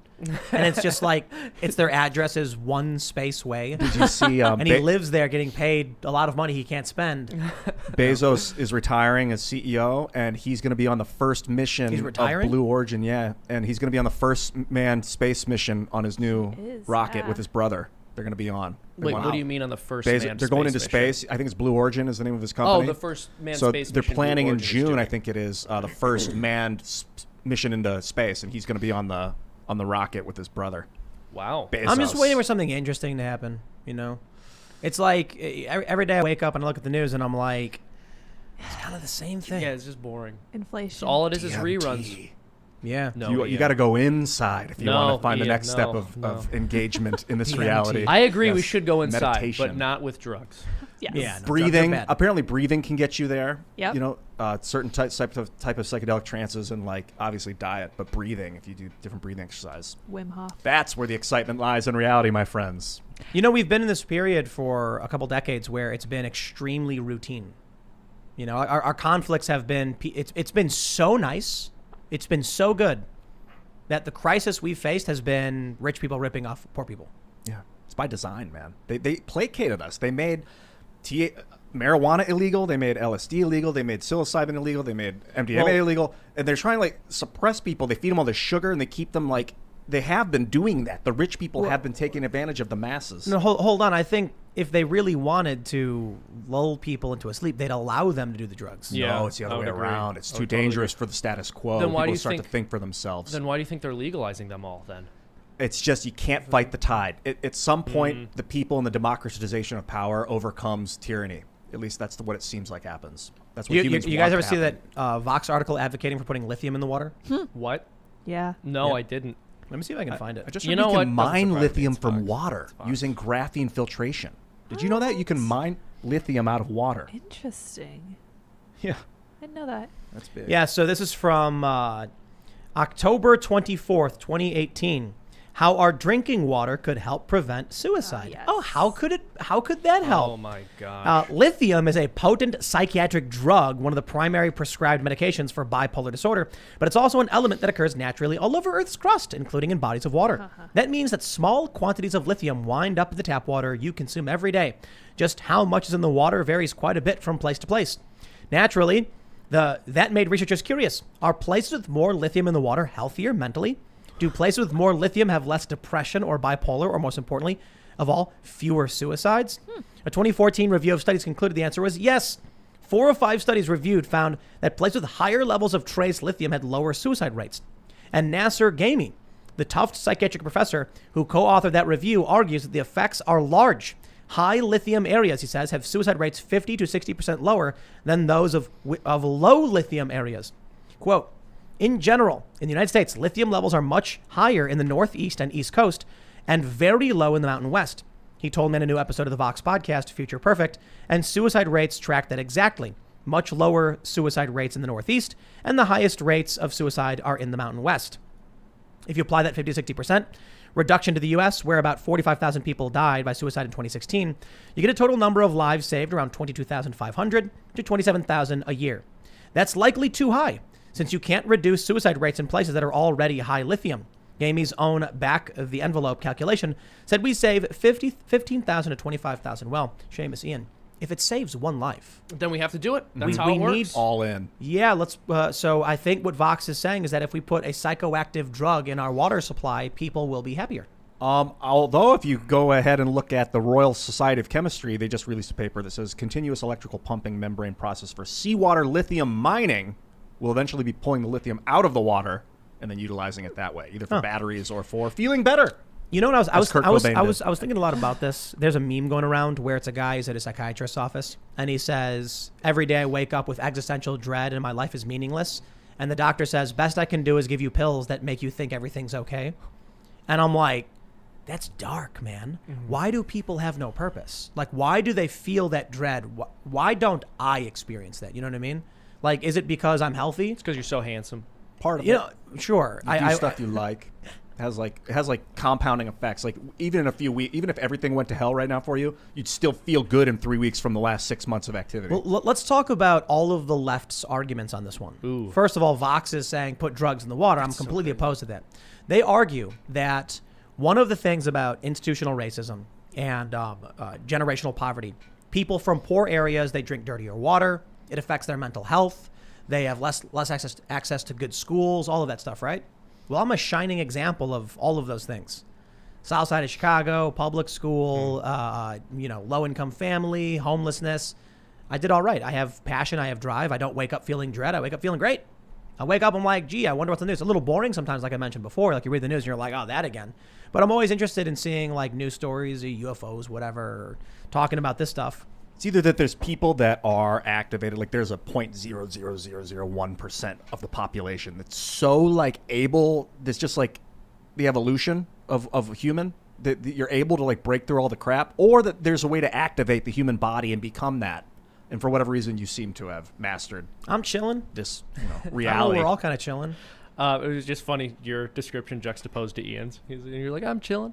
But no, I mean, I guess it's a complicated question. You have a lot to do. You seem to be doing something that you really believe is improving the world, and that takes up a good amount of your time. You're building something. I think that's a huge part of life, and it's a huge part of feeling happy with yourself. Even yourself purpose. Even before I did any of this, I was not waking up experiencing existential dread. Yeah, that's a really good question. So let me ask you, did you have a goal that you were working towards at that time? Before all this? Not really. Really? So what Chilling. were you doing every day? I mean, before, like literally right before Occupy Wall Street started, I was just skating and filming little skate videos. And how long had you been doing that for? I just started a few months before. Before that, I was in California. Just, I was working at a homeless shelter and some nonprofits, and then my apartment burned down and made everything kind of crazy. Oh, snap. Were you were down by 6th Street? Where? In downtown LA? Is that where your homeless shelter you were working no. at? Which one were you at? Oh, I can't talk about it. Oh. Yeah. The plot thickens. Well, I guess my point is, so I don't know your whole life story here, despite being a fellow Illinois boy. I'm not trying to talk about me. I'm trying to talk about other people and what's missing from their lives. Oh, sure. That results in them needing lithium in their drinking water to feel better. I think we've peaked as a society. I think this is it. There's nothing to aspire to. People don't want to have kids. They don't want to have families. This means that they don't really have a good view of the future. And you see this in all of our policies. We're never thinking about what's coming down the road. You watch Joe Biden putting all of these policies into effect. He only cares about the next 4 years, 8 years, maybe. He's not even going to be around. And I think he knows that. And I think that there's just no look toward the future at all. We look at people like Angela Merkel not having kids. Macron doesn't have any kids. Nobody cares about what's going to happen tomorrow. Yeah, I can't remember if it was on the after show or not, but we had a conversation about how a lot of these people don't have kids last time. Gotten a little bit with Keynes saying we'll be in the long run, we'll all be dead, so who cares? And he didn't have any kids and that kind of thing. When you're asking the question about why do we need lithium in the water, which again is something I'm also completely against. I think that's a very strange opinion to have, and also a very strange opinion to have and admit to having, as this person felt called to do in this article they wrote. But some of it just breaks down, and I hate to overly pathologize, but some of it's just chemical. I mean, there are some people who could experience all the things you've experienced or the things I've experienced or any of us have and react completely differently to them just based on their genetics. But I think a lot of it is the way you choose to react to things. I think kids, I think not having kids has been a big problem for millennials. Yeah. You know, there was a super chat where they were saying that in response, we did a story about that valedictorian or whatever, where she was like, horrible. you know, pro-choice or whatever. And then someone commented that your dreams don't disappear when you have kids. In fact, the moment they had the kid, it was like all of a sudden, all they could think about was the future and what and the work and the passion. Mistakes disappeared. Yeah, it's almost like people have no purpose. Then they have kids and realize they have a purpose. They need the world to be a better place for their children. And all of a sudden now they're interested in doing, you know, in doing things that matter. And a lot of young people don't have that. So they're extremely nihilistic and self-interested. I think this might be a big difference between the left and the right. I wonder if you could actually track this. Maybe we should commission a poll. If you align culturally right, or, you know, in the culture war, do you have children? On the left, do you have children? I'd be willing to bet, I could be wrong, that the left has a predisposition towards less kids and the right has a predisposition towards more kids. That's why leftist policy tends to be more gimme, gimme, gimme. Right-wing policy tends to be more personal responsibility. You've got to, you know, do hard work to succeed, because they want people to plant the tree whose shade they know they will never sit in. The leftists are kind of like, I don't want to pay my loans back. That's one of the biggest issues for many on the left. Mm-hmm. I took out $50,000. I spent it. You should pay for it. That's not helping anybody in the future. It's making things considerably worse. Yeah, I mean, I would agree. Now, to play devil's advocate on that one, I think you can make an argument that part of the reason they don't have kids is because they have these massive loans, so they can't settle down and buy a home and get married and do all the things you would do before having a family. Right, but why do you go to college in the first place? I don't think the kind of person who's planning to have a bunch of kids is going to be somebody who says, okay, let me just take on, you know, $80,000, $100,000 worth of student loan. This won't affect my kids' future lives at all. Well, I think a lot of people don't think about that when they're 18. Oh, yeah, it's possible too. Yeah. But that's also kind of a weird problem, because historically, if someone wasn't ready to have or take care of children by the time they were 18, people sort of assumed there was something wrong with them. I mean, if let's look, like 100 years ago, if an 18-year-old man was not capable of supporting a family, people would assume that there was a problem with him. Yeah. And so people were thinking about these things at that age historically. And again, that, you know, why shouldn't they have been? By the time you're 18, you are mature enough to have a family, despite what our modern society tells us, despite the fact that we want to continually extend adolescence. An 18-year-old is an adult. Maybe Liz's right. We peaked. That's it. No, I'm gonna. So. What do you mean by? I mean, but peaked. Definitely not morally. So, well, yes, but No, Ian and I were talking about this the other night. We were like, "This is the nicest the world has ever been." Materially, for sure. Yes, we have absolutely. everything that we want. You can literally order you can order Uber Eats at 2 a.m. and get literally whatever you want from wherever's open. It's amazing. It's insane. No, it's insane. And it's changed even from when I was a kid. I'm 26 years old, but the kind of comfort and entertainment I have access to now is completely different from when I was a kid. Unparalleled. I remember a time in my life where there would be a movie or a TV show that I wanted to watch, and I just wouldn't be able to. And nowadays, anyone can watch whatever they want, whenever they want. They can order whatever kind of food they want, unless they're just in the middle of nowhere and don't have access to the things people generally have in society. I mean, we are so comfortable, and it's not doing us any favors. We didn't have debit cards when I was a kid. We had only checks. You had to take a check to the bank and then give it to, and they'd give you money, or you'd have to write a check and check would clear, take like a week to clear or whatever. That helps, because I'll buy and sell, and my finances are probably magnitudes better than they would have been 30 years ago, because I have my access to digital currency. Yeah. Do you remember those commercials when debit cards became a thing? No. And it was like the Visa check card comes out, and it was like people were like dancing in line at the cafe and just like swiping their card, and then like a guy walks up and he's like fumbling with his wallet, and they're like, no. And I didn't realize, like when I was a kid, it didn't mean anything to me. So I was like, I don't know what this. By the time I was an adult, I had a debit card. You could use it for everything. Yeah, I got it when I was 14. Yeah. Got my first debit card. Okay, my thesis here, what I was going to say is that everything is convenient, and I don't think that the U.S. can recover and go forward until we give up some of our desire for convenience. 100%. I think that's key. I think it's pivotal. I was about to combine those two words and it's going to be weird. I'm glad I didn't.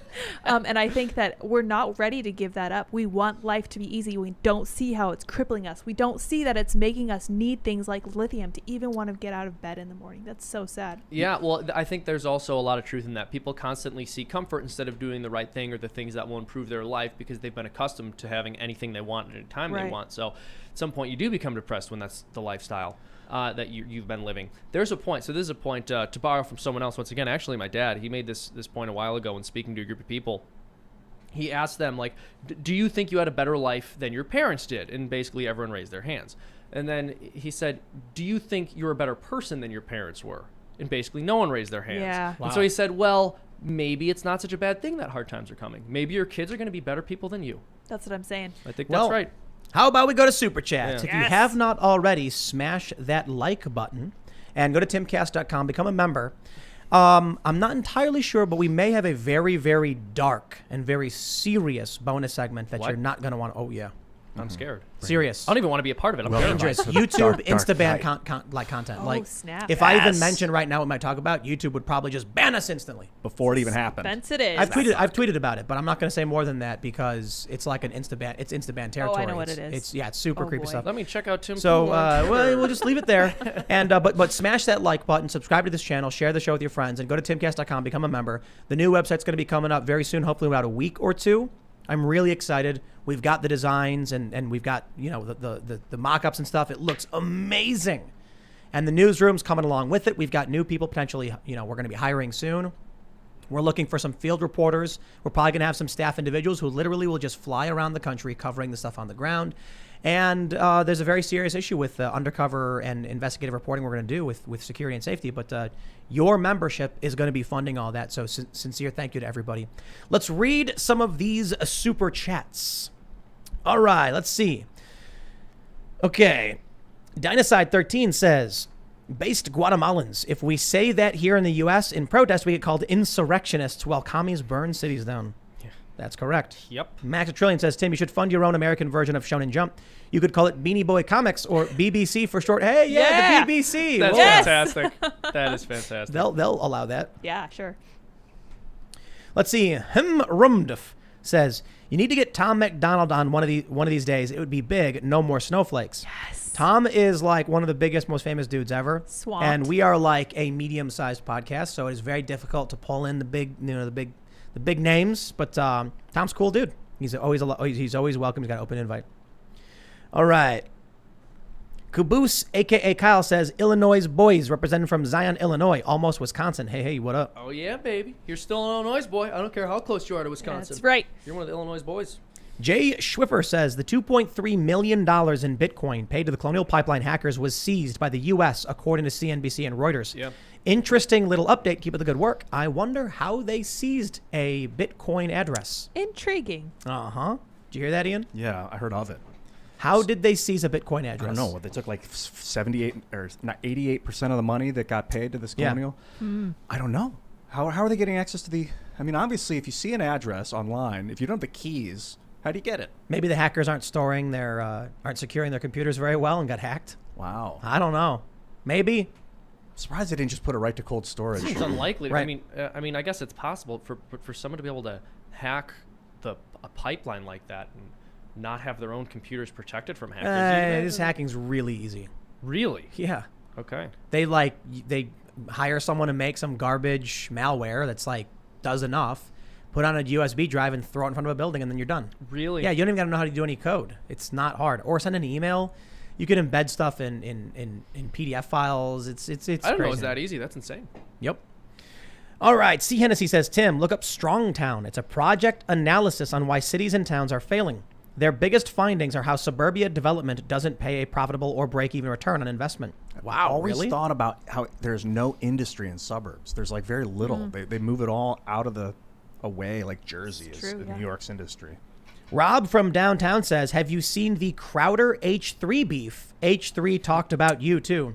Interesting. What did they say I about it? actually Ethan. listened to that today. H3 had a very underwhelming take on following what the CDC says. They basically just said, oh, it's a bunch of doctors, a bunch of scientists. They know what they're talking about. Don't worry about anything. You just need to listen to what they say. Crowder took issue with this. He's like, we do all our research. We have like 150 sources. We do leftist sources. We make sure that what we're talking about is well researched.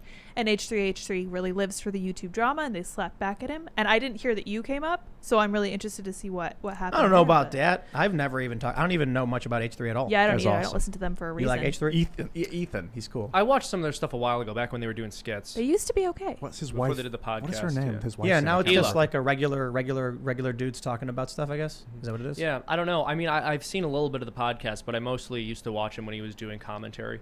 I mean, there's a And big skits. difference between like a comedic personality who's not involved in politics, who forays into it, versus like a show that's like dedicated to cultural politics and political Yes. news. So like, maybe the real issue is if H3 exists for, cultural like mainstream pop stuff, then drama's really, really good for them. I don't drag on a lot of the stuff too much. Like if something comes up and I comment on it, I'll, try and move on as quickly as possible. Depending on the issues, if they're cultural or political, like I tweeted an invite to Andy No to come on the show, simply because this actually has serious ramifications for cultural and political issues. But when it comes to like talking about movies or whatever, I'll make my tweet about a movie and then like I'm not going to keep talking. I don't want to, Yeah. But I think for like H3, that's what they are. They're a pop culture like mainstream show, very big, very successful, and so that's what they do. It's more like MTV-ish than say Crowder, which is Crowder is more Daily Show-ish. For sure. What I don't know why they would bring me up. Yeah, so I'm not sure either. But what I kind of came away with was that Crowder was basically like, please don't tell your audience not to do your own research. Like, please don't tell people to just blindly listen to one source or the other. He's like, that's not a good policy for the people who believe in you. And then Crowder was like, I'm done. I'm not going to debate you on this. We're done with this. We're not Were doing they YouTube drama. on an It's interview? stupid. Huh? Was he interviewing Steven or something? No, he was just kind of It was just like a talking about back and Crowder. forth beef Yeah. between the podcasts. Yeah. And speaking of the comments I previously made, well, we have a super chat here. Matthew Reckamp says, Tim, I saw your video criticizing Andy No after he got attacked, and I've got to say, I think the fact you had to go to third world countries to find a comparison perfectly shows the point that you seemed to miss. I don't think I missed it. I will say, however, I think perhaps I shouldn't have been so crude. I think that's the mistake I made. I stand by all of my opinions, but when I heard Megyn Kelly read my tweet, I was like, yeah, that was tactless. That was like, it was after the show. I was tired, and I was like, I found out that, Andy went on the ground, and I was like, we were having a conversation about it with a lot of people. And then I was just like, how dumb. And then I tweeted, and I'm like, probably should have been a bit more tactful than that. But I stand by my opinions 100%. The right seems to be so invested in, supportive personality that they're cheering for. I'm speaking figuratively here. People got mad when I said this, but a lot of people agreed. Everybody thinks I'm the best. people agree. I said, beautiful. The right is cheering for sending one of their generals down to confront frontline infantry and lose. Andy No is substantially more important than to be there in the middle of a crowd of random nobodies who will beat him to death. Yes. That's the problem I took with this. Why take that risk? And then, it just became tribal. So anyway, I digress. I don't want to, rehash it too much, but Andy's invited on the show. I know he wanted to come on before, but when he went to London, we don't do remote shows. So I just tweeted him like, bro, come on the show. We'll pay for it all. And we'll have a good professional conversation, because the big difference between cancel culture on the left and whatever's on the right, though there are similarities I've certainly complained about, I think I'm more than willing to invite anybody I disagree with to come on the show. I'm willing to invite anybody I disagree with onto the show and have a conversation. And I think most importantly, like the thing we disagree on is like 0.01% of the entire conversation. So I think it's silly for everyone to like do whatever. Were you talking about you and Andy? Well, I criticized him like 4 or 5 times. But It's a tactic that I criticize. But to me, it's He's such a good mark guy. of respect that you were like, you're a general in this war. Like, you don't send your best general down to the front lines. Like, you care about what happens to him. He's important and meaningful. Like, his work has been good, but like most other frontline reporters, they retire at a certain point when they're recognizable. Andy said on Megyn Kelly's show, she asked him, she read my tweet. And that's when I was like, okay, that tweet was a little crass. I should not have tweeted it that way. Okay, that's fair. I own that one. That was a mistake. I should have criticized it and done it in a better way. That being said, she asked him at what point is like enough, you're very famous. And Andy said that, basically Tim is sitting there in luxury, or I forgot which word he said, but without Andy on the ground, we wouldn't know about a lot of these things. And I'm like, that's actually my point. If Andy sacrifices himself by going into the fray and no one else is covering Antifa extensively and knows who these people are, we lose all of that coverage. You don't need to send a general into Antifa to get the news. Not this general this time. There are time and a place where a general like Julius Caesar fought on the front line with his men the entire time. But not by himself. No, he had a group. Right. He had centurions with them. Right. So that would be like if Andy went to an event and spoke to a large crowd. Yeah, that would be like that. But just like it was a local protest in Portland, it wasn't a major political event. Caesar didn't go undercover in enemy camps. Yeah. I He just sent other soldiers to do that. Yeah, I think it was a bad move. And it's interesting that people are like, I'm seeing a lot of tweets at me where they're saying, oh, look, I remember Tim went to no-go zones. And I'm like, yeah, I didn't go back. Like, I went to Sweden once. They weren't looking for me. They didn't know my name. They weren't trying to kill me. I went to Thailand. After I go to these places, I can't return to them. In fact, like, I can't even go to China at this point because of the things I've said. So you wouldn't send Ai Weiwei into China to go and report. He is a prominent activist critical of China. I think he is, right? Ai Weiwei. Yeah. You wouldn't send these people into certain areas. You have to find a different journalist, because if the goal is to maximize your output and to be successful, you can't send the best of the best into the highest level of danger.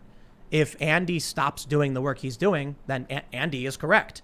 How would we know what was going on if he puts himself at risk that way? If Biden was like, I'm going on this next one with the SEAL team. With the SEAL team, bro. Yes. People would be like, leading okay. from the front. Gosh. You got to do that cartoon of that. No, in some circumstances. Steal that from you. I love sense it. you thinking. on, man. But anyway, look.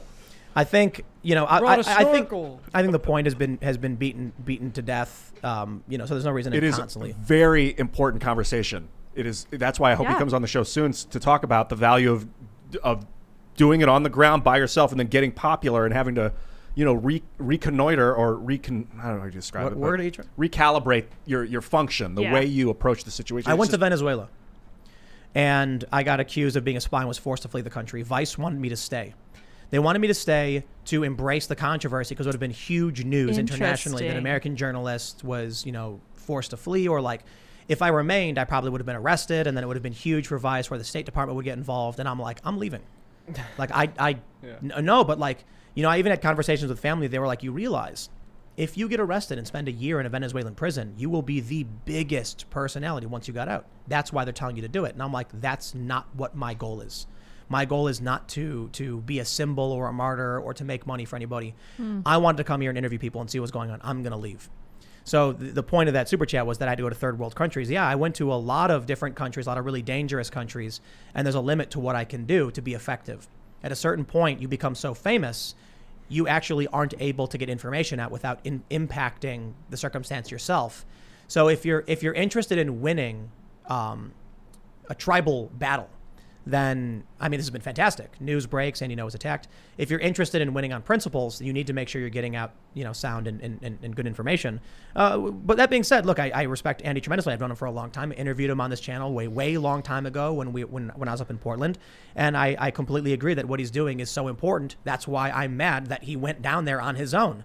I wasn't doing what the left was doing and accusing him of being, a grifter who's just trying to make money. I was saying, like, you're going to get yourself hurt. You don't have security.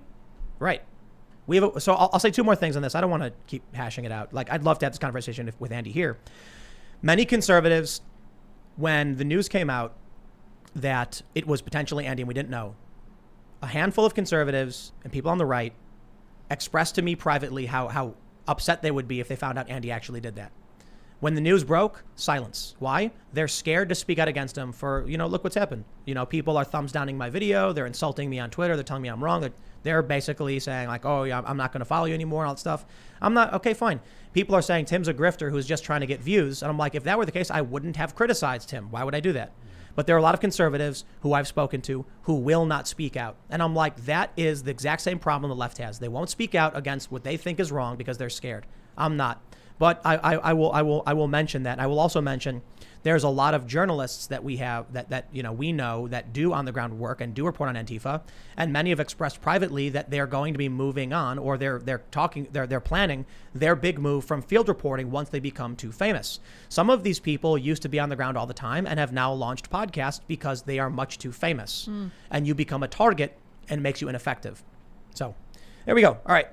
Wraith Customs Firearms says, Tim, let everyone know the ATF is trying to make millions of us felons overnight again with new regs on braces to make them NFA. Tweeted with how to comment on ATF 2021R-08 to stop them because you have reach. Shout out to wraithcustomsfirearms.com.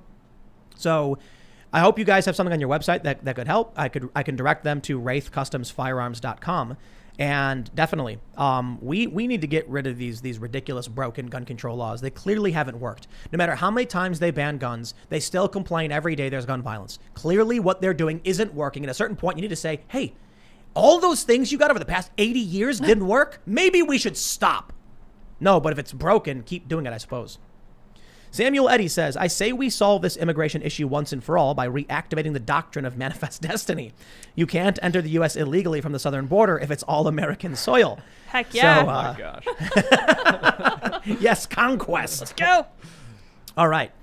Spennett Game says, Dear fellow apes, help another gorilla rocket moon by backing my board game Cindershire on Kickstarter. Ape strong together. I bought more AMC. Nice. I said a tweet about that. Yeah, I was like, I had lettuce hands the other day. I was like, I saw it. And I was like, I woke up and I was like, meh, this is fun. It's funny. No, but you know, what's coming out? There's Black Widow's coming out. The movie. Yeah, and there's a couple other movies, and I was like, I kind of want to have some movie stuff because these are big. Like, I think this will be good for their earnings. I don't know. I'm not going to pretend to be an expert on any of this stuff. Not giving anyone financial advice, but I actually really like the idea of movie theaters. Yeah, and with like COVID kind of ending, you know, that's movie theaters will be opening back up. It's like the only thing I really like going out to do. Yeah, it's like, fun. what are we going to go eat? Honestly, yeah, I hear you. I always tell people, like, what do we do? We put food in our mouths?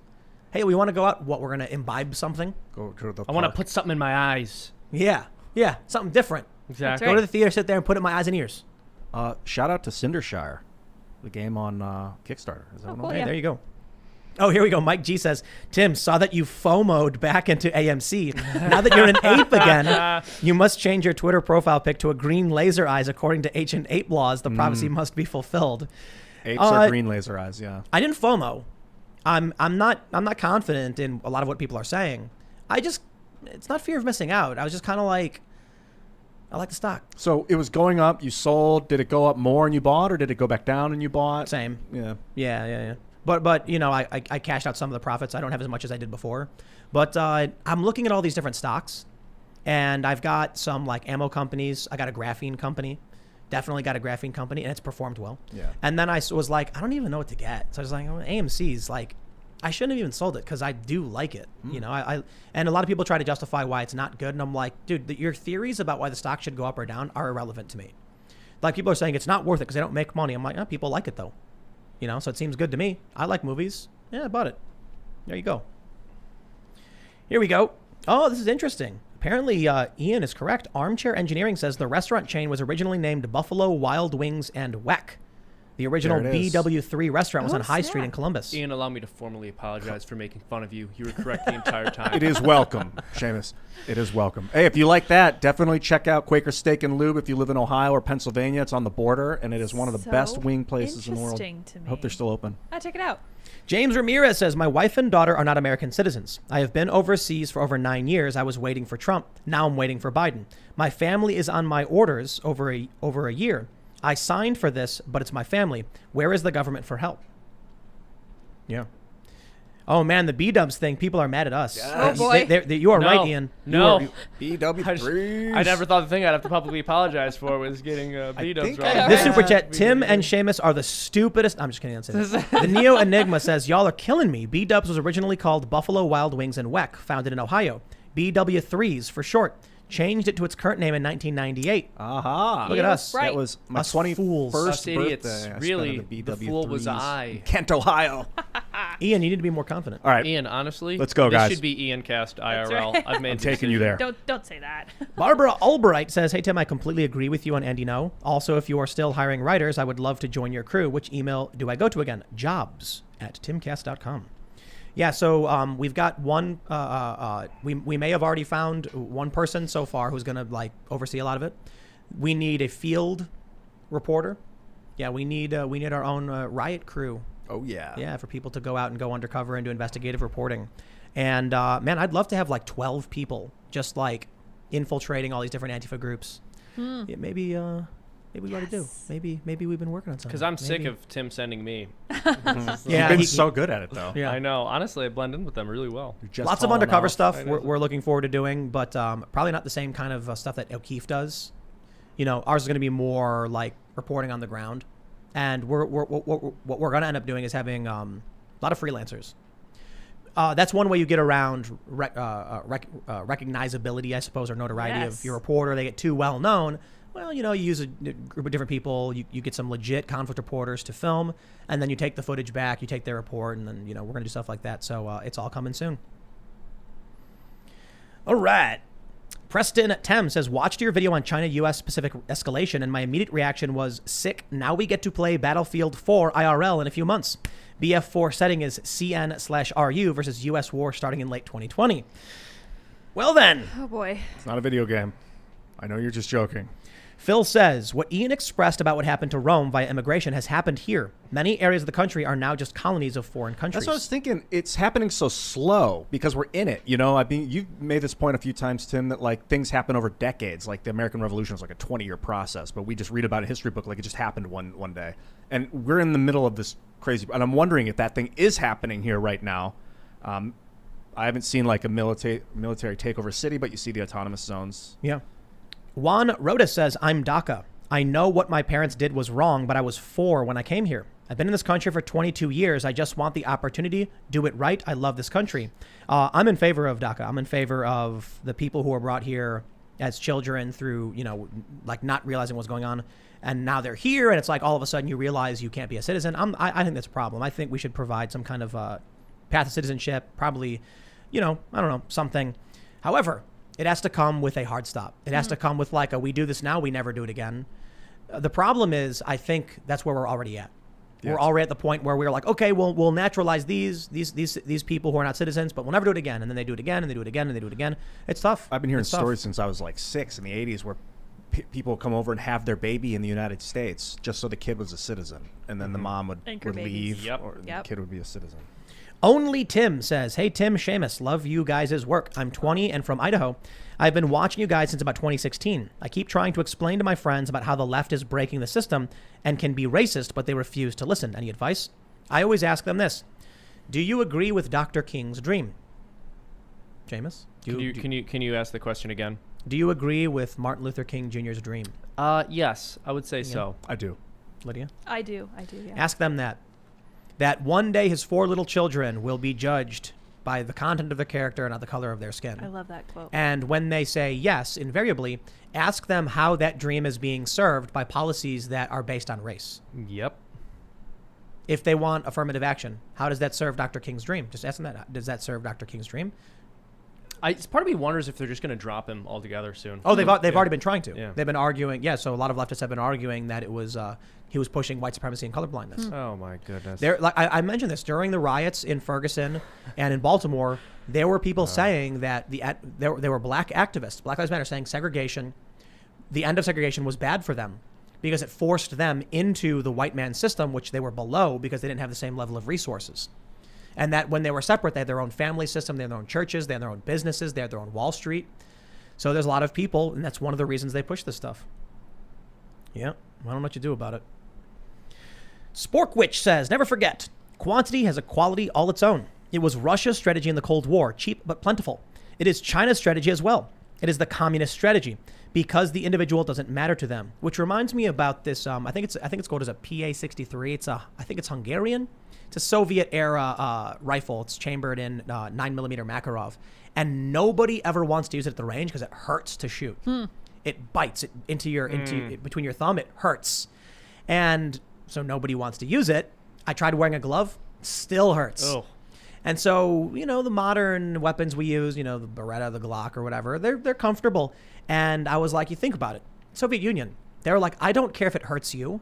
Does it work?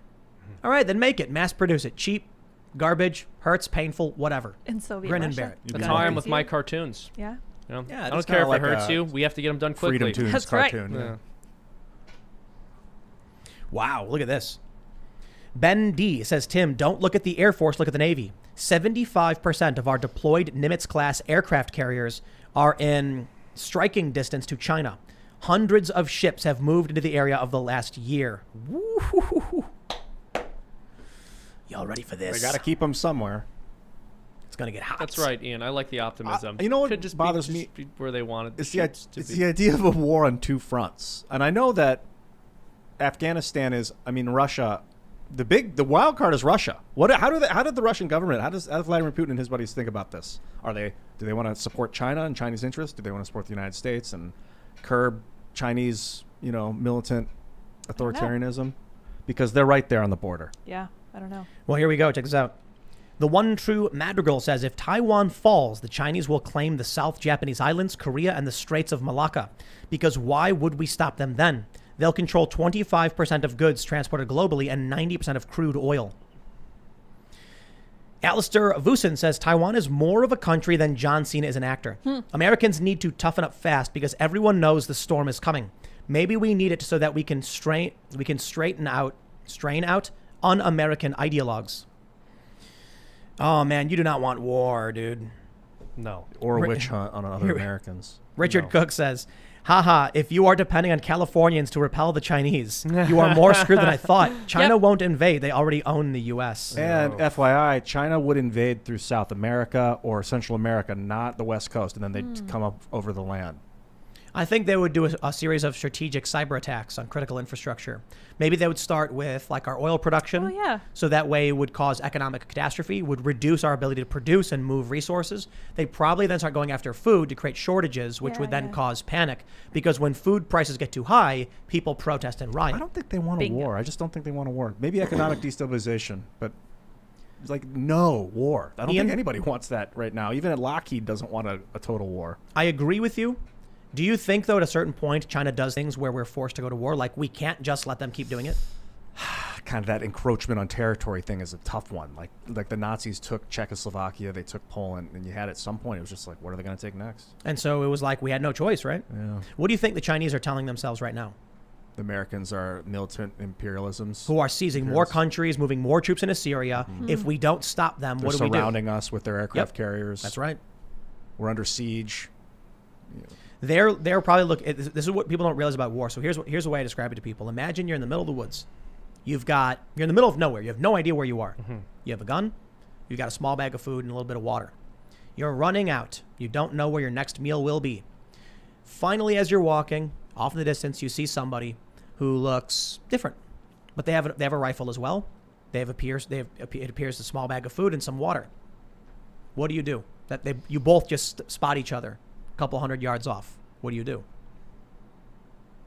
Signal how? We'll raise my hand in the air. What does that do? If I see them go for their gun, I'm going to duck for cover. And then you raise your hand, and the moment your hand goes up, they reach for their gun. They put their hand on their gun. I think I would get down and then call out to them. If they don't speak English, now we're in trouble. And they yell back, Kabbalah, blah babo. Yeah. So this is the challenge, right? A lot of people like to say things like, oh, I would just go and meet them and say hello. How do you know they're hostile? How do you know they won't be like, I can't afford to feed 2 people. You're not going to help me. I'm taking your stuff. Dude, did you guys ever watch The Walking Dead? That was my problem with Rick Grimes, the main character of The Walking Dead. He had this shoot first policy. Spoiler alert. And I kept wanting him to create a community and lead a community, but all he was so afraid that everyone's going to be hostile. How long did you watch for? About 3 seasons, 4 seasons. Oh, dude, I'm such a sucker. I watched it for 9 seasons, and maybe 2 of them were good. Once the governor, that show is so. I feel like it jumped. Horrible. It lost the plot after the governor. Yeah. Yeah. All right, we got the super chat here. Connor O'Brien says, Tim, you finally mentioned a job that my experience is relevant to. Please check out the resume that I've emailed a few times, along with copious updates on my firm's CRT stuff. Help me help you. Yeah, do you want to write down that name, Connor O'Brien? We'll take a look. It's a good Irish name. That's I like right. the Irish infiltration of yes. Timcast Studios. The Irish infiltration. I'm Irish. I know. But it could have been the sneaky. British infiltration. I know you said you're at war with yourself constantly, the Irish and the true, British yeah. half, and I'm glad to see one side is winning. That's all. Connor O'Brien. Puka says, thank you, Tim, for separating Trump supporters from these weak and spineless Republicans. It's so annoying when we get lumped in with them. Keep up the good work. Absolutely. I also don't like it that the left gets lumped in with liberals because they are so different. I can agree with leftists on gun control. They're like, Karl Marx says, under no pretext. And I'm like, I will accept that argument insofar as it allows me to stay armed. Yeah. I don't agree with you on the you are rest of it. supporting the right thing for the wrong reason. That's but right. It's the right thing. So If it means I get to keep my guns, Yeah. But yeah, Trump supporters were the insurgents that came in and told the Republicans shove off, and the Republicans hated it. Mm-hmm. Oh man. All right, let's see. We'll try and read as many as we can, but we gotta. All right. Yep. More people mentioning Ian was right. Kevin White says it was BW3's. Buffalo Wild Wings began in the Midwest as Buffalo Wild Wings and Weck. Great restaurant. I'm tired Weck? of being shamed for getting this wrong. Seamus. Still don't know. I'll look into it. Tim and I are just getting grilled. Nicodemus says, you know that feeling you get when you're about to jump off the high board into a pool? That pit in your stomach? As military, I'm getting that feeling. I'm trained and ready for war, but man, I pray it never happens. I'm praying that same prayer, brother. I was talking about this earlier. The U.S. military wouldn't draft anybody if a war broke out. They'd probably just go to young people and say, we will cancel all of your student loan debt Yep. for 2 years service. And they're going to be like, wow, they're going to say, we'll pay you $20,000 a year or, $15,000 a year for 2 years plus all your debts wiped out. You know what that means? Look, you're not going to be spending that money, right? So you're going to get out with like 20 grand and you're going to be able to do whatever you want. And then they're going to be like, dude, awesome. And then they're going to like sign the paperwork. It's going to say like MOS, like, combat infantry or something. And, You used to go to college to avoid the military. Well, and now people go into the military to avoid student loans. They want that GI Bill. Yeah, I figured out what Weck is. Buffalo Wild Wings and Weck. Beef on Weck is a popular sandwich in New York consisting of roast beef on au jus-soaked Kummel Weck roll. Ooh. That's where it comes from. Wow, look at this. Sounds good. Jurassic Josh says, the video game channels I follow will not criticize China. They talk about how Winnie the Pooh references are banned in China, but won't say why. What do you say about this? Well, that's why we're in trouble, man, because that the Chinese communist money is just too good. I know it's kind of paradoxical, isn't it? Yeah. But they've exploited us to the degree where major institutions and businesses are just like, I don't want to offend China because they pay my bills. There is a quote which is falsely attributed to Lenin, though it is relevant nonetheless. The capitalists will sell us the rope with which we will hang them. That is the perfect description of the situation with China right now. Rex Cars a Lot says, sorry to break the news, Tim, but Buffalo Wild Wings is anti-2A. I've heard they lobby for anti-2A, but haven't been able to find any articles, sources for that, though. How do you feel about that, They kick Ian? off-duty cops out, too. Well, I that's got to be proven because that's a very serious allegation against a very delicious Well, restaurant. we have our resident Buffalo Wild Wings expert right here. Well, speaking of Wild Wings, I have no idea. Let me just point something out, right? You can go get a big old greasy burger, and you can get it from B-dubs with French fries and salt. Or If you can get some nice wings with some barbecue sauce and carrots on the side. They do give you carrots, sometimes right. celery sticks. That's right, either or. Fancy. Now, what's healthier? French fries or carrots and celery? Carrots and celery. Absolutely. That's why you go to B-dubs, you get a nice chicken meal with vegetables. I heard if you Healthy. eat 50 different types of it's good for vegetables you. in a week, those are the people with the healthiest biomes in the gut biomes in interesting. the world. I can see it. That's including like seasonings, herbs, coffee, GG Player says, wow, is Seamus going to be the new Luke? plants, not Luke's vegetables. coming back. Yeah, that's right. He's going to kick excited. me out. Luke's going to pick me up and throw me out of this chair. Oh, maybe we'll just have, That'd we'll be just, fun. we are actually upgrading the studio. We've just been waiting for this computer because of the shortages. We're going to be moving the location of the studio. Same building, but different area. We are trying to get a completely different setup, and it's going to require probably like a full studio build, which means the cameras will probably be mounted in the, we're going to do it right. I don't think anybody knows what this room looks like. It's like really just... Don't tell them. Yeah. It's You'll huge. kill the It's mystery amazing. of it. it's like 25,000 square feet. It's one of Huge. the most True. amazing Yeah. rooms So I've ever been echoey. in, quite frankly. Yes, it's Magical. I'm up Massive. here and you're down there. It's true, That's yeah. You're down there. Like different Yeah, levels. people don't realize like Ian's actually not even in the same room as us. He's completely different. That's how we keep Seamus it. is outside. That's where I have to stay. That's true. He's doing video Stay. chat. But yeah, no, I am not here permanently. I'm visiting for a little while because I love these people. We're And like we're, taking we're videos. trying some things out. Well, the goal is I think we want like maybe even like 8 possible seats or more. So we can have total just like battle royale, people yelling over each other. That'll be fun to switch for. Yeah, let's Yeah, I was get thinking it'd be everything. Excited. cool to get a bunch of on-the-ground reporters at one time, like Andy and who else? Elijah. I mean, we've Schaefer had the and- Riot Squad here all at the same time. That was really stuff fun. like Yeah. that's awesome. All right, Jamie Arzola says, since we're playing resume hookups, will you please give my 5th or 6th entry a look? love Yeah, it. can you write down the Jamie Arzola? Can do. All right, let's see. We'll do a couple more here. How do I spell that? Arzola. Perfect. I was right. All right. Justin McGillivary says, go read War is a Racket by Major General Smedley D. Butler. It's 25 pages. The audiobook is 45 minutes. The book tells how there were 21,000 new millionaires made between 1914 and 1918, and some of the core sold for both sides. Interesting. Creepy, man. All right. Rob Santana says, Tim, what do you make of Trump saying BTC is a scam because it undermines the dollar? Isn't that the point? Decentralization? Donald Trump gave Bitcoin probably one of the best endorsements, in my opinion. And I'm a big proponent of Bitcoin, so I own a fair amount. He said, it competes with the dollar, and we want the dollar to be the currency around the world. And I was like, wow, what did Trump just say? Bitcoin is hard competition for the U.S. dollar and is undermining its position as the global currency. Now, that's the best endorsement I've heard for Bitcoin because, even if it never overtakes the dollar, you just straight up said it is on an equal footing after 10 years? Woo! So I bought more Bitcoin when Trump said that. Oh, yeah. Yeah, Smart. it's like, and so it's like there's a dip right now. And I'm like, I got to be honest. I don't care. It could go down to $1. I would just buy as much as I could. Oh, my gosh, yeah. Yep. Yeah, and other currencies too, Oh, yeah, it did dip hard. It's down to 33 now. Yep. That's an opportunity, in my opinion. That's I'm not telling anybody what to do. Not financial advice. No, I bought some, though. All right, my friends, if you haven't already, smash that like button, subscribe to this channel, share the URL to this show, and leave us a good review on iTunes or wherever you may be listening to it. You can follow us on Facebook and Instagram at Timcast IRL.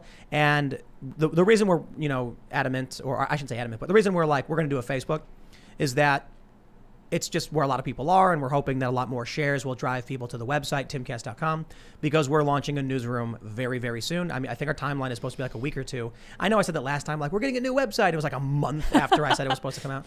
But one of the issues that's going to hold us back is we got to definitely hire these reporters, and they've got to be here in time for the launch so that we have the newsroom up and running.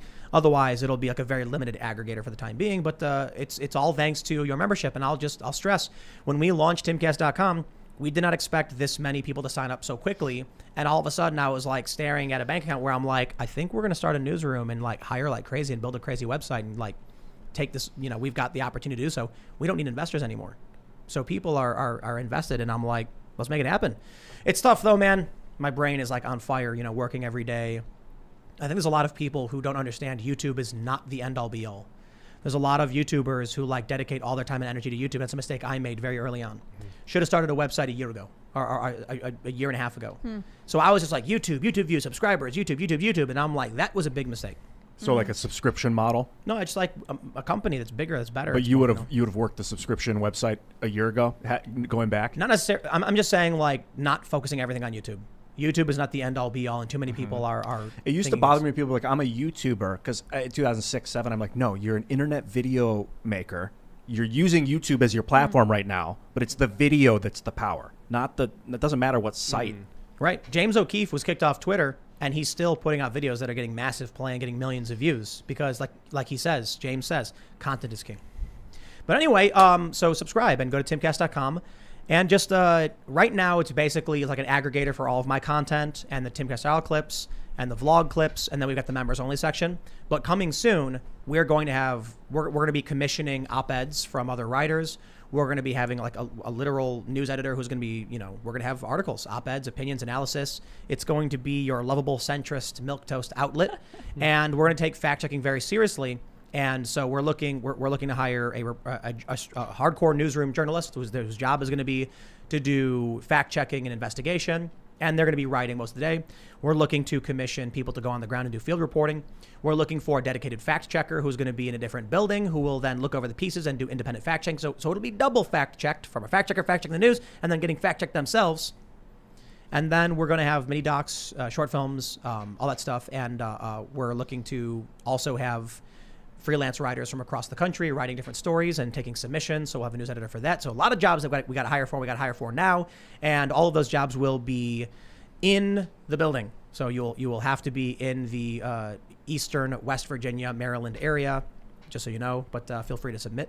And so Seamus, I hear you got a YouTube channel. I do, yeah. YouTube.com/FreedomToons. Just check my channel out. You can just Google FreedomToons, and We're at 643,000. It'd be awesome to get up to 650,000 if you guys want to go over there and subscribe. We're also planning on releasing a video tomorrow and then another video Thursday. I'm really excited. The one that we have slated for tomorrow is one which Tim and I voiced yesterday or no, last week, I think Friday, and we were crying laughing. I heard you guys through the floor. So yeah, did you? Yeah. Yeah, so Ian can verify. We were crying laughing. YouTube.com/FreedomToons. Seamus, do you have a merch site? I also have FreedomToonsMerch.com if you want to check that out.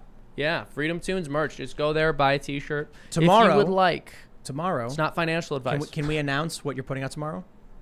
Or no, keep it a secret. How much? I'm trying to figure out Can how I much just say that I'll too late I said it. I'm in it. No, yeah, I said so. Oh, okay. Yeah, we were recording. Yeah, Tim is in you it. weren't Tim is in it. It was And one of the it funniest, involved- like, half-an-hour VO Tears. sessions. So good. Yeah, It we was were so hard to crying. record because we were laughing so So much. much We were fun. crying. And then we like improv'd an idea for a completely different video afterwards. So we're going to have... Sometimes that's the best stuff. Yeah, exactly. So we're going to have another video we've collaborated on. Can I give him a coming hint? out. Yes, of course. Droplet. Oh my gosh. Oh, I'm so pumped. Yeah, so go over to Freedom Tunes and subscribe, please. You guys can also follow me at IanCrossland.net. I want to give a shout out to whoever sent me this cool ring. Oh, cool. Keep sending me. People send me books and little gems at the PO box from time to time. Ian, So is keep that- it up. Is that blinking? Ian, that has a GPS This tracker in it. is Ian, take the that off. Infinity Gem. That has a BMS. Oh, are they that tracking has a me? GPS tracker in it. It's a Someone plant. gave Ian the infinity ring. Yeah. The And Infinity now I have Gauntlet. ultimate power. Well, I had Unwise. ultimate power. He's I gonna just use it as snap an Snaps and excuse. everything's graphy. No, he's Please. gonna. He's we got graphene graphene over is here. within you. Yeah. people become graphene. They're like, "What's happened to me?" Special shout out to Cast Castle, the newest addition to the Timcast Media Network, because last week I made some cricket bread. It's actually up now at youtube.com/castcastle, the newest episode. And you can see I accidentally used avocado oil when I think I meant to be used olive oil. And I was using half cup of flour, not a full cup. People were like, he's using too much flour. It was half a cup of flour. But if you want to see how that's done by eyeball, go check it out. Yeah, he's actually quite good at baking bread. He's been working on it since we were in New Jersey. He's quite talented. I do want to say before I go that I do have a very positive spin on all this nonsense and what Seamus was talking about, how hard times are in fact going to create strong men. I think that if you're planning on having kids in the near future, you should be preparing them for the future. It's a little bit like when you get to the top of the roller coaster and you know the drop is coming and you just got to kind of grit your teeth because there's nothing you can do about it. You bought the ticket. You're on the ride. Yeah. And your kids are going to be strong people. You better make them into good ones. Anyway, you can follow me at Sour Patch Lids on Twitter if you'd like to. For more nuggets like that. That's be right. tweeting those out. Good stuff. We are going to have a bonus segment which would get us banned from YouTube instantly if I even mention what we're going to be talking about. I'm not even kidding. It's seriously dark stuff. I don't even know what it is yet. So, but it's affecting our society in a very, very awful way. And so we'll bring it up and go to timcast.com, become a member, and we'll see you all there. Bye, guys.